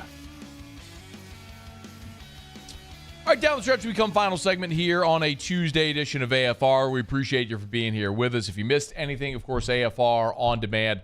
On your favorite podcast app, just search After Further Review, subscribe up, and, of course, the AFR YouTube channels for your LSU content, your Saints content. Get on by and subscribe up. So, speaking of which, and with sincere apologies to our great affiliates, 100.3 ESPN New Orleans, Alexandria's 94.7 ESPN, and, of course, our newest affiliates, ESPN 103.7 Lafayette and 104.1 Lake Charles. I'm going to go super narrow for a second, so my apologies. But on our station here in Baton Rouge, our local lineup, our midday show is Hunt Palmer, who many of you know from the LSU Sports Radio Network. I've been pushing Hunt for some time now to really accelerate the growth of his Hunt Palmer show, Hunt on Saints YouTube channel. So I don't need to get in all the algorithm stuff, but basically, YouTube algorithm wants you to be really defined. So we take our show, which is video, and then we put it, make clips of it and all that sort of stuff, and we post them on YouTube.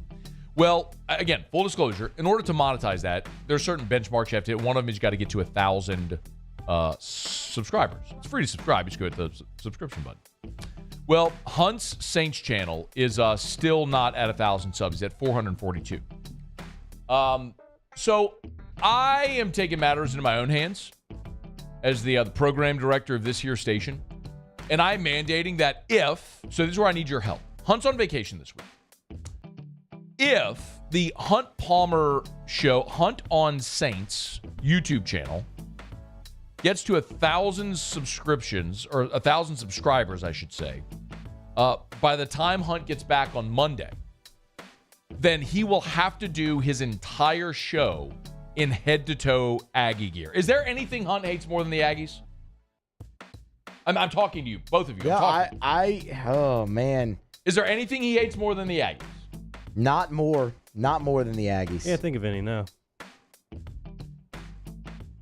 I mean, I don't even know that Aggie shirt and hat is enough. I may call my guy Billy Lucci and say, Luch, I need you to send me some Aggie overalls. Yeah, I was going to say that it has to be full overalls. Like, we need to give a whole new meaning to Hunt the Good Ag. Can you get me the Milkman outfit? Oh, there we go. The game day Milkman outfit.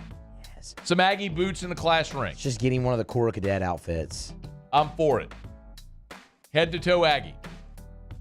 So we're at 443 subscribers, which means we're 557 away.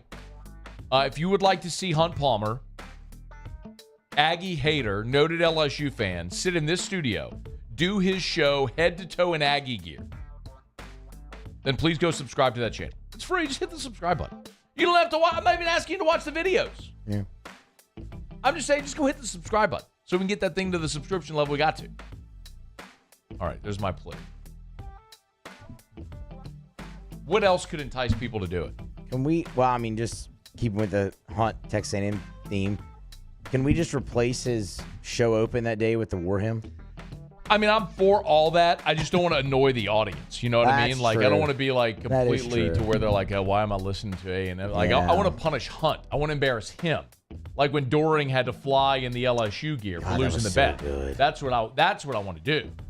That's what I'm here for. Anyway, all right. So help us out if you can. Can you please tweet out on or I tweeted the link earlier. So if you follow me on Twitter, would you please tweet that link on the station Twitter as well? I would really appreciate it. Okay. All right, it's after further review. Muse.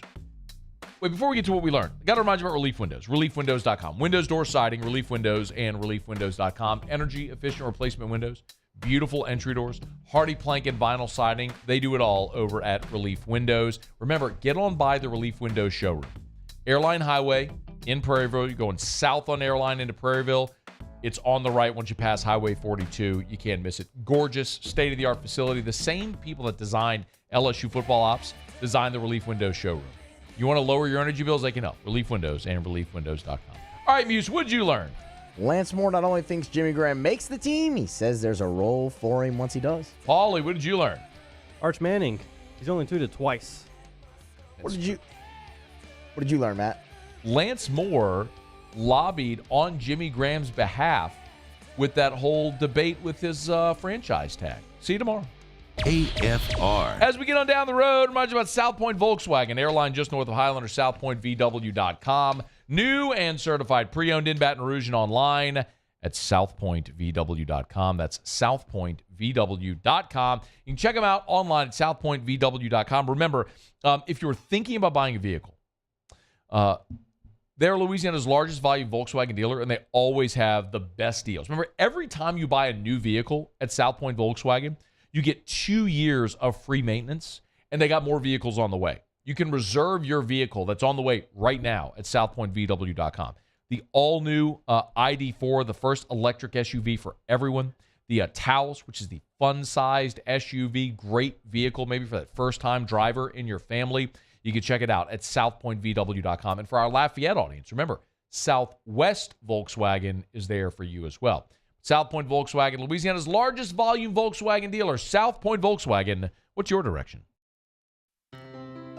When it comes to ending cancer, we push forward, always working together for you. That's why our cancer experts at Ochsner have clinically integrated with MD Anderson Cancer Center. This means advanced cancer care, including access to life-saving clinical trials and integrating care to treat the whole you. Introducing Ochsner MD Anderson Cancer Center. Long live you.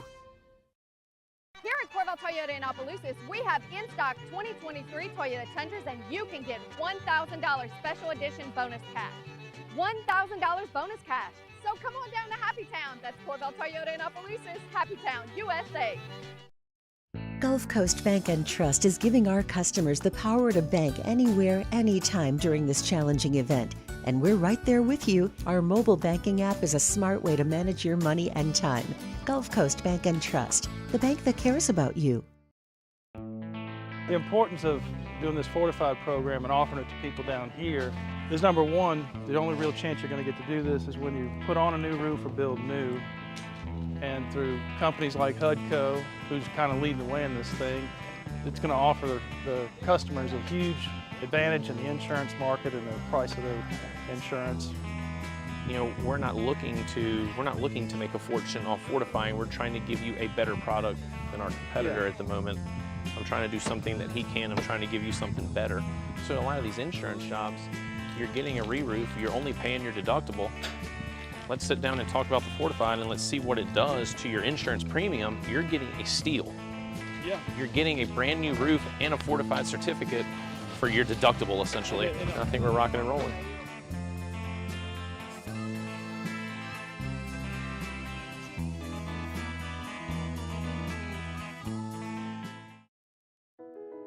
I've been doing business with Luba for 25 years. They're dependable, trustworthy. It's just the attention to detail with our clients. Our folks have years and years of experience. They're highly trained professionals, but many companies have that asset. What I'd like to think makes Luba a bit different is that we use those talents in a way that truly is dedicated to serving the needs of the folks who depend on us. Gulf Coast Office Products is a nationally recognized Savin office equipment dealer based right here in Louisiana. Over 100 employees strong, Gulf Coast has the boots on the ground to support all vertical markets, from education, engineering, legal, and finance. With the latest in office technology, from desktop to production segment units, Gulf Coast and Savin have the perfect fit for you. Call 225-756-2644. That's 756-2644.